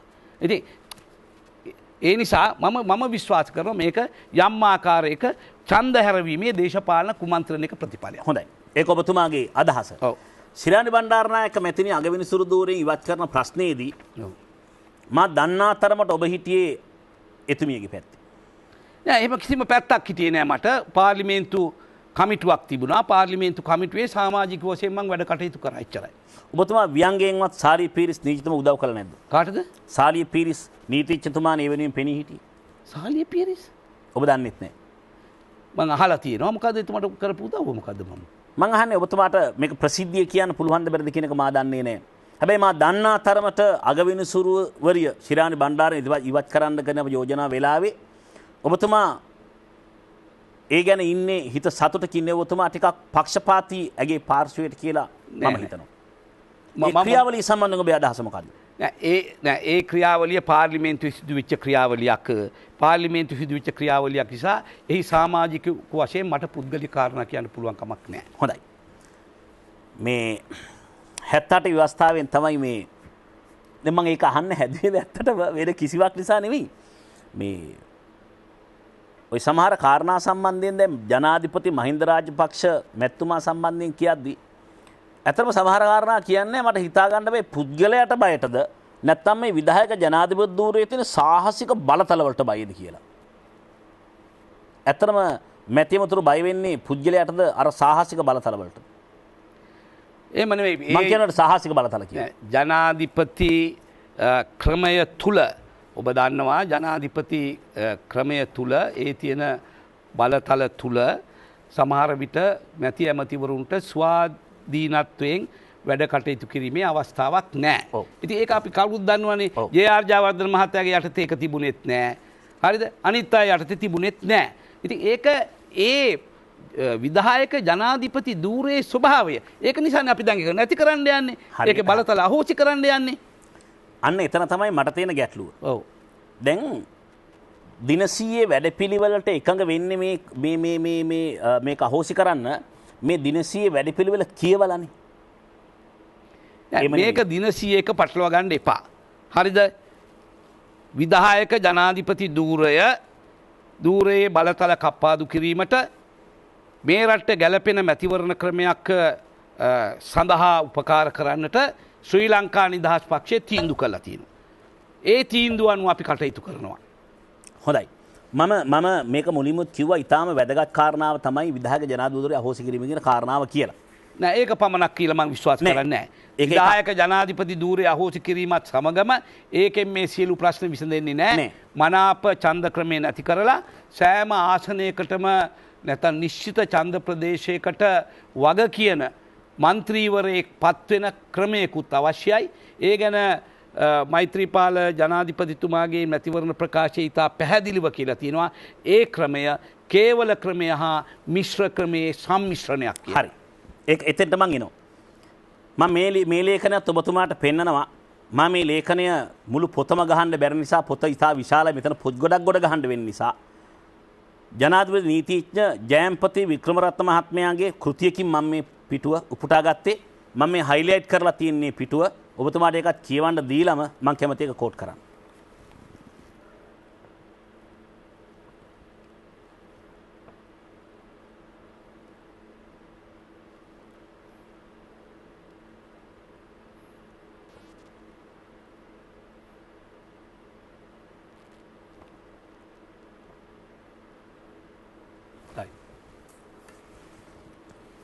ඔබතුමාම දැන් මේක පැහැදිලි කරන්න. මේ 1978 ව්‍යවස්ථාවෙන් ගෙනාපු විධායක ජනාධිපති ක්‍රමයේ පිළිබඳව ඔබතුමා වඩාත් ආදරය කරපු දේශපාලන නායිකාව සිරිමා බණ්ඩාරනායක මැතිණිය කරන ප්‍රකාශය අධිකරණයට උඩින් ව්‍යවස්ථා 10කට උඩින් නීතියට උඩින් යන ඒකාධිපති නරක මිනිහෙක් අනාගතයේ බිහි වෙනවායි කියලා සිරිමා බණ්ඩාරනායක මැතිණිය කියනවා. ඔබතුමා මේ ප්‍රකාශය අදත් පිළිගන්නවද? බොහෝ දුරට පිළිගන්නවා. මං ආස නැහැ ඔබතුමා ඔය බොහෝ දුරට කියන කැලලට. නෑ මොකද ඔබතුමා විග්‍රහය හරියට. මොකද බොහෝ දුරට නෑ විධායක ජනාධිපති ධූරයේ යම් සාධනීය ලක්ෂණ තිබුණා. විධායක ජනාධිපති ධූරයේ තුලින් ස්ථාවර පාලනයක් රටට ගෙනෙන්න පුළුවන් වුණා. ඒ වගේම ඒකේ සාධනීය නොවන පැතුත් තිබුණා. ඉතින් ඒ නිසා අපි ඒ වගේම දැන් මම උදාහරණයක් වශයෙන් දැන් අපේ 30 අවුරුද්දක මේ යුද්ධය අවසන් කරන්න පුළුවන් වුණේ මං විශ්වාස කරනවා විධායක ජනාධිපති ධූරයක් තිබුණු නිසා කියලා. ඉතින් එහෙමනම් ඉතින් ජේ.ආර්. ජයවර්ධන ජනාධිපති විධායක ජනාධිපති, චන්ද්‍රිකා බණ්ඩාරනායක විධායක ජනාධිපති, විජේතුංග මහත්තයත් විධායක ජනාධිපති, ප්‍රේමදාස මහත්තයත් විධායක ජනාධිපති ඉවර කරන්න බැරි වුණානේ. නෑ එහෙම නෙවෙයි. ඒත් එක්කම ඒ විධායක ජනාධිපති ධූරය බාර ගන්නා පුද්ගලයාගේ පෞරුෂත්වයත් එක්ක එතනදී අපි මහින්ද රාජපක්ෂ ජනාධිපතිතුමාට ඒ ක්‍රෙඩිට් එක දෙන්න ඕනි මේ යුද්ධය අවසන් කිරීම පිළිබඳව. හරියට හරි. ඉතින් ඒ නිසාම මං කියන්නේ විධායක ජනාධිපති ධූරය තියාගන්න ඕන කියලා. හිටපු ජනාධිපතිවරයාට ඒ ගෞරවය දීම සම්බන්ධයෙන් මේ ප්‍රශ්න කරන සංනිවේදකයාගේ කිසිම විරෝධයක් ගැටලුවක් නැහැ. ඒ නිසා සංනිවේදකයා පක්ෂග්‍රාහී නැහැ. ඒක ඇත්ත. මං අහන්නේ ඒක නෙවෙයි. සිරිමාව බණ්ඩාරනායක මැතිණිය කියනවා මේ අත්තනෝමතික විධායක ජනාධිපති ක්‍රමය සහ මුලින්ම ඉවත් කරන්න ඕනි කියලා කියනවා. දැන් ශ්‍රී ලංකා නිදහස් පක්ෂයේ මේ එක වෙලාවට තියෙන පුවත්පත් සාකච්ඡාවල දැන් ඊයේත් රෑ මම එහෙම එකක් බැලුවා. ඒ ප්‍රකාශය කරේ රත්නපුරේ ජෝන් සෙනවිරත්න මන්ත්‍රීවරයා. දැන් ඇමතිවරයාද කියලා මට මතක නැහැ මොකද අලුත් ඇමතිකම් ගොඩක් මේ ළඟදී ආපු නිසා. දැන් ඔවුන් කියනවා මේකේ කොටසක් අයින් කරන්න ඕනි, චුට්ටක් අයින් කරන්න ඕනි. දැන් මගේ යෝජනාව මේකයි. කාටත් තියෙන්න පුළුවන් අනාගත ජනාධිපතිවරු වීමේ හීන. අපිට හැර. දැන් මං හිතනවා ඔබතුමාට නම් දැන් මේ හීනය නැහැ. මොකද බෞද්ධ විදිහට අපි දන්නවා එක කාලයකින් පස්සේ දැන් මේ හීනෙට යන්න බෑ. තියෙන්න පුළුවන් වෙන කාට හරි. අනුන්ගේ හීන වෙනුවෙන් අපි මේකේ අත්තනෝමතික විධායක ක්‍රමය ඉතුරු කරගන්න ඕනිද? දැන් මෙතන ප්‍රශ්න දෙකක් තියෙනවා. විධායක ජනාධිපති ධූරය අහෝසි කළ හැක්කේ කෙසේද? හරිද? ඔව්. මෛත්‍රීපාල සිරිසේන මැතිතුමා ඉදිරිපත් කරපු මේ දිනසියේ වැඩපිළිවෙලක් තියෙන්නේ විධායක ජනාධිපති ධූරයේ අත්තනෝමතික බලතල අඩු කිරීම ජනමත විචාරණයකට නොයන කාරණා පමණක්. මොකද සම්පූර්ණයෙන් විධායක ජනාධිපති ධූරය අහෝසි කරනවා නම් අනිවාර්යයෙන්ම ජනමත විචාරණයකට යා යුතුයි. ඒ නිසා මේක දින 100 තුල කරන්න ඕන නිසා වෙන්න ඇති එතුමා කිව්වා මේකේ අපි කරන්න ඕන දැන් අපි මේ පිළිබඳව අපි පාර්ලිමේන්තුවේ පක්ෂ නායකයෝ අතර සාකච්ඡා කරනවා. මම ඔබතුමාට මේ සාකච්ඡාවේදී අතිශය ගෞරව කරන උත්තර දෙකක් තියෙනවා. ඒ තමයි අර මනාප ක්‍රමේ නිසා වෙච්ච දූෂිත ක්‍රියාවලිය. ඔබතුමා කිව්වා ඒක තැනකදී ඒ ක්‍රමේ නිසා තමනුත් දූෂණය වෙනවා. අර ගස්ගල් වල නිමල් කියලා ගහුවේ තමන් දූෂණය වෙනවා ඒක ඇතුළේ. ඒ විතරක් නෙවෙයි. කේවල ක්‍රමයට ගියාම තියෙන වාසිය සහ ඔබතුමා කිව්වා විධායක ජනාධිපති අහෝසි කිරීමේ වැඩ පිළිවෙලට තමයි එකඟයි කියලා ඉවරලා. දැන් පොඩි වචන හරඹයක් කරනවා මේ දවස්වල. ඒ නිසා මම මේක නිවැරදි කරන්න ඕනේ. ඒ තමයි විධායක ජනාධිපති ක්‍රමයේ තියෙන අත්තනෝමතික බලතල නෑ. මේ තියෙන්නේ මා ළඟ ඒ ප්‍රකාශනය මේ දිනවකවානුවල ගැටලු තියෙනවා මේ බදාදා 21 ඒක එහෙම වෙලා නැහැ. නමුත් ඒක එහෙම තියෙද්දි මේ ප්‍රකාශනයේ තියෙන මෙහෙම. දැනට පවතින අත්නෝමතික විධායක ජනාධිපති ක්‍රමය වෙනුවට. එහෙම නැතුව මේ විපක්ෂ නැත මෙතන කියලා නැහැ. විධායක ජනාධිපති ක්‍රමයේ තියෙන අත්නෝමතික දේවල් කියලා. ඒකදී විවිධ අර්ථ නිරූපණයන් දෙන්න පුළුවන්නේ. ඔබේ අර්ථ නිරූපණය කියන්නේ ඔනෝ වාක්‍ය කියන්නේ. නෑ නෑ.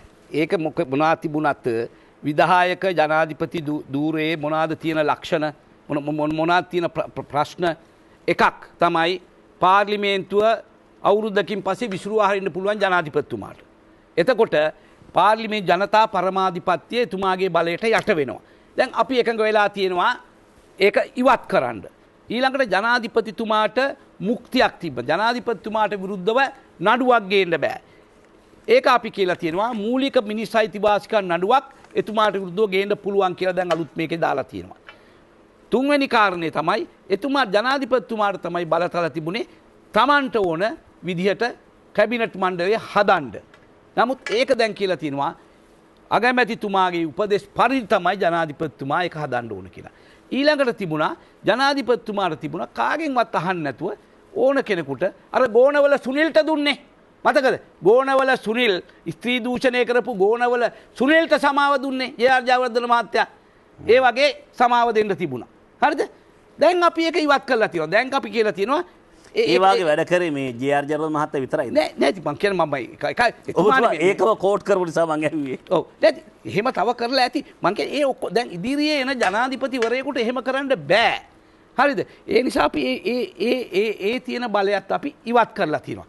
නමුත් මේ හදපු ව්‍යවස්ථාවෙත් අද අපිට ඉදිරිපත් කළ පාර්ලිමේන්තුවට ඉදිරිපත් කරලා තියෙන ව්‍යවස්ථාවෙත් ජනාධිපතිවරයාට 13 වෙනි ව්‍යවස්ථා සංශෝධනය තුලින් ආපු පළාත් සභාවලට ආණ්ඩුකාරවරු පත් කිරීමේ බලයත් ඒ වගේම යම් අවස්ථාවකදී පළාත් සභා පිළිබඳව ඒ විසුරුවා හැරීමේ බලයත් කියන බලය දෙක මේ ඩ්‍රාෆ්ට් එකෙත් මේ කෙටුම්පතේ තියෙනවා. හැබැයි චම්පික කියනවා චම්පික ඇමතිවරයා කියනවා මේ වෙලාවේ කරන්න දෙන්න බෑ. ආණ්ඩුවටත් දැන් මේ රජයටත් ඒවා ඉවත් කරන්න දැන් අවශ්‍යතාවයක් නැහැ. ඉතින් අපි මේ කතා කරන දැනට ඉදිරිපත් වෙලා තියෙන දේ ගැන්නේ. හරි. අපි පුංචි වේකට යන විපක්ෂ നാයකතුමා ඊට පස්සේ පොඩි වෙලාවක් විතර වෙනවා. අපි ප්‍රශ්න කීපයක් තියෙනවා. ඉක්මනින් කෙටි උත්තර දීලා සාකච්ඡාව අවසන් කරමු. සත්‍යාගාරය. හොඳයි අපි සත්‍යාගාරයේ අවසන් අර්ධයට එන්නේ. අපිට හරියට විනාඩි 7ක විතර කාලයක් තියෙන විපක්ෂ නායකතුමා මට ඇත්තටම අවංකම උත්තර ඕන ප්‍රශ්න 4ක් විතර ඉතුරුලා තියෙනවා. මම විශ්වාස කරන ඔබතුමා ඊට කෙටියෙන් මේ ටිකට මට උත්තර දෙවි කියලා කාලය අපිට තියෙන්නේ බොහොම අඩු ප්‍රමාණයක් නිසා.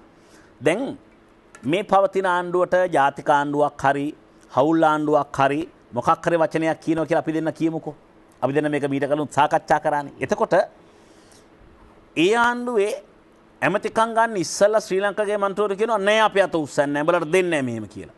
එතකොට මේක ජාතික කාර්යයක් නම් මේකට ඇත්තෝමනාවක් තියෙනවා නම් අල්ලස් හැටියට ඇමතිකම් ඉල්ලන එක ශ්‍රී ලංකාස් පක්ෂයට සාධාරණයිද? මිනිස්සු කියන්නම් හතර විල්ලැජ්ජ නැද්ද කියලා. නෑ ශ්‍රී ලංකා නිදහස් පක්ෂයේ කවුරුත් ඇමතිකම් ඉල්ලුවේ නෑ. අතිගරු ජනාධිපතිතුමා අපිට ශ්‍රී ලංකා නිදහස් පක්ෂයට ඇවිල්ලා මේවා ගන්න කියලා කිව්වා. මේක අපිට දුන්නා මිසක් අපි ඉල්ලලා ගත්තේ නෑ. අනිත් එක අපි පැහැදිලිවම මුල් දවසේ ඉඳන්ම දින 100 වැඩපිළිවෙල සඳහා මේ අයවැය ලේඛනයේ ගේන එන අවස්ථාවේදී මම විපක්ෂ නායකයා වශයෙන් ප්‍රකාශ කරා අපි මේ අයවැය ලේඛනයට සහයෝගය දෙනවා. එහෙමනම් මේ දින 100 වැඩපිළිවෙල ඔක්කොම අපිට බකල් කරන්න තිබුණා. අපිට ඡන්ද 120ක් තිබුණා. නමුත් අපි ඒක ඔබතුමා හරි. කරේ නෑ. ඒකට ඇමතිකම් ඕනද කියලායි මම ඇහුවේ. නෑ ඇමතිකම් ඕනේ නෑ. දැන් උනත් ඇමතිකම් අපිට අයින් කරනවා අපේ කිසිම විරුද්ධත්වයක් නෑ. අපි කැමති. ඔව්. නැත්තම් මේ ඇමතිකම් ගන්න ඡන්දෙ දෙන්නේ නෑ අපි. හරිද? හැබැයි අපි පැහැදිලිව කියලා තියෙනවා මේ ව්‍යවස්ථා සංශෝධනයට අපි එකඟ වෙන්නේ නව මැතිවරණ ක්‍රමයක් එක්ක එන්න ඕනි. හරි. හැබැයි දින 100 වැඩපිළිවෙලේ තියෙන්නේ ඒකම පැහැදිලි කරා මේ තියෙන දින 100 වැඩපිළිවෙල මේ ලකුණු කරලා තියෙන්නේ අත්නෝමතික විධායක ජනාධිපති ක්‍රමය අහෝසි කිරීම එක ක්‍රියාවලියක් මනාප ඡන්ද ක්‍රමයේ සහ මුලින්ම අහෝසි කොට සෑම මැතිවරණ කොට්ටාසයකටම මන්ත්‍රීවරයෙක් පත් කරනවා කියන එක වෙනම කාරණාවක් දෙකක් විතර තියෙන්නේ. උනාට ඒ කාරණේ පිළිබඳව පාර්ලිමේන්තුවට ඒ කෙටුම්පත මේ මාසේ 17 වෙනිදා ඉදිරිපත් කරන්න තමයි ඒ පොරොන්දුවේ තියලා තිබුණේ. ඔබතුමා අනිත් ලේඛනයත් අරන් බලන්න. ඒකම මේ නෑ අනිත් ලේඛනේ මම ළඟ තියෙනවා. ඔව්. ඒක තියෙනවා නව මැතිවරණ ක්‍රමය ඇතුළත් සංශෝධන පාරණ ඉදිරිපත් කිරීමේ හැකියාක්මනි සම්මත 17 වෙනි අඟහරුවාද 17 වෙනි අඟහරුවාද. හැබැයි මේ වෙනකොට ඉදිරිපත් කළා නෑ ඒක. මේක තමයි අපි කියන්නේ රනිල් වික්‍රමසිංහ මහත්තයා අපේ ඇස් වහලා මේක විතරක් සම්මත කරගෙන මේක සම්මත නොකර ඉන්නවා නම් ඒ ගැටවලට අපි අහුවෙන්නේ නැහැ. හොඳයි. දැන් විපක්ෂ નાයකතුමයි මම අහන්න ඕනි ඊළඟ කාරණාව තමයි මේ රිචඩ් ඩි සොයිසා ඝාතන පරීක්ෂණ කොමිෂන් සභාවක් කියන වෙලාවේදී කෙටි වෙලාවක් තියෙන නිසා 1990 දෙසැම්බර් 9 වෙනිදා කසපහරක් වයි කතිකත්වයේ පාවිච්චි කරලා අර මගේ ඉස්සරහා මේසෙට ගහලා කතා කරන්න මෙහෙම කරලා ඒ වගේ කසපහරක් වගේ ලසන්ත මේ නිමල් සිරිපාල සිලමතුමා අර රිචඩ් ඩි සොයිසා විවාදයේදී මේ පොතේ 347 වෙනි පිටුවේ බොහොම අපූරු කතාවක් කරනවා ඒකෙදි. ඊළඟට මගේ තර්කය වන්නේ රජයේ තර්කය වන්නේ මොකද්ද? තමුන්නාන්සේලාගේ අතකරු ජනාධිපතිතුමා බොහොම හොඳ පුජ්‍යලයෙක්. මම රිචඩ් ඩි සොයිසා මහත්තයාගේ මළගෙදරට යනකොට එතුමාත් එතනට ආවා කියලා හාස්‍ය දක්වලා උපහාසය දක්වලා ඉතා දීර්ඝ කතාවක් කරනවා මේ කණ්ඩෝ නූනාම කබර ගෝයා තල ගෝයා කරගන්න එපා කියලා රිචඩ් ඩි සොයිසාගේ මරණ වේලාවේදී. මේ සම්පූර්ණයෙන් තියෙන්නේ කතාව 347 වෙනි පිටුවේ. මෙච්චර වාද කරපු ඔබතුමා ඇයි ලසන්ත වික්‍රමතුංග වෙනුවෙන් ප්‍රදීප් එක්නෙලිගොඩ වෙනුවෙන් මේ කසපහර ගහන්න නැත්තේ? විපක්ෂයේ කාර්යභාරය අපි ඉෂ්ට කරා. ඒ වගේම ඒ පිළිබඳව විවාදයක් ආවේ නැහනේ. විවාදයක් අපි ඇවිල්ලා අපි විපක්ෂයේ හිටිය නම් ඒ පිළිබඳව ඔබතුමා අදහස් ප්‍රකාශ කරන විවාදයක් ආවොත් විතරයි. අනිවාර්යයෙන්ම. මේ ඔක්කොම ඔබතුමාට දැන් පුළුවන් අදහස් ප්‍රකාශ කරන්න. ලසන්ත වික්‍රමතුංග ඝාතනයත් ඉතින් ලසන්ත වික්‍රමතුංගගේ ඝාතනයයි එක්නලිගොඩගේ ඝාතනයයි ගැන ඔච්චර මඩේ දදා හොදා ඉන්න ඕනේ නෑනේ. දැන් මේ රජයට පුළුවන්නේ ඒ පිළිබඳව පරීක්ෂා කළා ඒ ඝාතනය කරපු අය අධිකරණ ඉදිරියට ගේන්නේ. ඇයි ගේන්නේ නැත්තේ කියලා අපි අහන්නේ. හොඳයි. ඔන්න අභියෝගයක් තියෙනවා. එක්නෙලිගොඩ ඝාතකයන්ව ලසන්ත වික්‍රමතුංග ඝාතකයන්ව ඔව්. වහාම ගේන්න අධිකරණයට වහාම හොයන්න. ඒ පිළිබඳව ටීම්ස් 10ක් 12ක් 25ක් හරි දාලා මේව ගේන්න ටික. ඒකට අපි විපක්ෂය අපි විරුද්ධද? ශ්‍රී ලංකා නිදහස් පක්ෂය අපි විරුද්ධද? නෑනේ. මගේ අවසාන ප්‍රශ්න දෙකින් එකක්. ඔබේ පාර්ලිමේන්තු කතා ඇතුළත් මේ ග්‍රන්ථය තාම රසවත් එකක්. මේ ග්‍රන්ථය මං හිතන්නේ සංස්කරණය කරේ ජනක ජයසිංහ ඔබතුමාගේ මාධ්‍ය ලේකම්වරයා. මයින් උපුටා ගන්න අවසාන උපුටනේ තියෙන්නේ 521 වෙනි පිටුවේ. ඒකෙදි කියනවා ගරු කතානායකතුමනි ඒ විතරක් නෙවෙයි තමුන්නාන්සේ පුදුම වෙයි එක්තරා කාන්තාවකට ඇඳක් හයි කළ යාලංකා ගුවන් යානයක ෆස්ට් ක්ලාස් එකේ මෙන්න මේ විදිහට තමන්ගේ පවුලේ බූදලයක් හැටියට එයාලංකා සමාගමේ තිබෙන ධනය එයි පහසුකම් ඉතාමත් වැරදිට පාවිච්චි කළා. මේ අය එයාලංකා සමාගමට එහෙම කළා. දැන් ඒක පෞද්ගලිකංශයට දීමට ගෙනන කුමන්ත්‍රණයේ පළමු පියවර. තමුන්නාන්සේලා කොප්පන කෑ ගැහුවත් මේ රටේ ජනතාව තමුන්නාන්සේලා මහා එකාගේ පටන් පොඩි එකා දක්වා මේ කරන විද්‍යාව දන්නා බව ප්‍රකාශ කරමින් මේ පාපයෙන් කිසිදා තමුන්නාන්සේලාට ගැලවෙන්න බැරිව ප්‍රකාශ කරනවා. දැන් එයාලයින්කක ගැන මේ කිව්ව කාරණාවම පහුගිය ආණ්ඩුවටත් එල්ල වෙනවා. දැන් අවුරුදු 10න් 15න් එකම විධි විවේචන අහනකොට ඔබතුමාට මොකක්ද හිතෙන්නේ? කවුරු කරත් ඒවා වැරදි එහෙම කළා තියෙනවනම් මං කියන්නේ ඒ ආණ්ඩුවේ කරපු වැරදි අනිත් ආණ්ඩුවකින් කරන්න ඕන කියලා. ඒ නිසානේ දැන් කොමිෂන් සභාපත් කරනවා. ඒ සඳහා මම හන්දම සාධාරණ මොකද මේ කතාව මෙහෙම කෝට් කරලා ගත්තොත් කවුරු හරි ඉතයි දිනමක් වань නැතුව මේ පහුගිය ආණ්ඩුවට කිව්ව කතාවක් කියලා මේ එයාලංකයිගේ මේ කතාව එහෙම මේ මං කරපු කතාවේ තියෙන හරය හැම ආණ්ඩුවකටම වළංගුයි. මං කියන්නේ ඒ ආණ්ඩුවේ මේ වැරදි කරා ඊළඟ ආණ්ඩුවෙන් වැරදි කරලා තියෙනවා නම් ඒවත් හොයන්න. ඉතින් ඒ සඳහා අවස්ථාවක් දැන් ජනතාව දීලා තියෙනවනේ. ඉතින් හැබැයි මේක ඉතින් මේ ජමාධ්‍ය සංදර්ශනයක් බවට අර ජනතා විමුක්ති පෙරමුණ කරනවා වගේ පෙස්සන් අරන් යනවා. මේක ටෙලිවිෂන් එකේ දානවා. ආයෙ කියනවා මේ ඇමතිවරයා ප්‍රකාශයක් ගත්තා. නමුත් ප්‍රතිඵලයක් නැහැ. ඉතින් ඒක නිසා අපි කියන්නේ එහෙම මාධ්‍ය සංදර්ශන බවට මේවා පත් කරගන්න එපා. මේවා පරීක්ෂා කරලා පෙන්නන්න මේ රජය මේවට පියවර ගන්නවා කියලා. ඒක තමයි අපිටත් අවශ්‍ය වෙලා තියෙන්නේ. ඔබතුමා විනාඩි කීපයක් තියෙද්දී 6 එකක් ගැහුවම ජීවිපයකට මට ප්‍රතිඋත්තර දෙන්නත් වෙලාවක් නැහැ. අනිත් පැත්තෙන් උත්තර දෙන්නත් වෙලා දක්ෂ කතිකයෙක්ගේ ලක්ෂණයක එක ගෞරවයට කිව්වේ. මං කියන්න හදන අවසාන ප්‍රශ්නේ මගේ මේක. නිමල් සිරිපාල සිල්වා කියන දේශපාලක යාගේ අනාගතයේ තියෙන්නේ කාලයක් ඔවුන් වන්දනාමාන කරපු මහින්ද රාජපක්ෂ අතේද පරාජය කරන්න හැදුවත් නොසිතූ ලෙස ජයග්‍රහණය කළ මෛත්‍රීපාල සිරිසේන මහත්මයා අතේද අවුරුදු ගාණක් අපහසු උපහාස දමා ගැසූ රනිල් වික්‍රමසිංහ මහත්මයා අතේද ඔය කාගේවත් අතේ නෙවෙයි ශ්‍රී ලංකා නිදහස් පක්ෂය අතේ. ඒක තමයි ඔබේ අවසාන විග්‍රහය. පුද්ගලයෙක් මත මන් දේශපාලනය කරන්නේ මන් දේශපාලනය කරන්නේ පක්ෂයක් එක්ක. හොඳයි මම හිතනවාද සත්‍යාගාරයේ ටිකක් උණුසුම් සාකච්ඡාවක්. එතම බොහොම උද්වේගයෙන් සමහරලාට උත්තර දුන්නා. සත්‍යාගාරයකට කැමති නිදිමත හදන වෙලාවේ නිදිමත් සාකච්ඡාවකට වැඩිය මේ සාකච්ඡාව හොඳයි. සත්‍යාගාරයේ 7 වන වැඩසටහන අපි අවසන් කරනවා. ලබන සතියේ තවත් උණුසුම් සත්‍යාගාරයකුත් එක්ක අද සත්‍යාගාරයේ දෙපැයක් අපිත් එක්ක ගත කළාට විපක්ෂ නායක නිමල් සිරිපාල සිල්වා මැතිතුමාට අපි ස්තුතිවන්ත වෙනවා. ඔබතුමාට ආයුබෝවන් දීර්ඝායුෂ වේවා.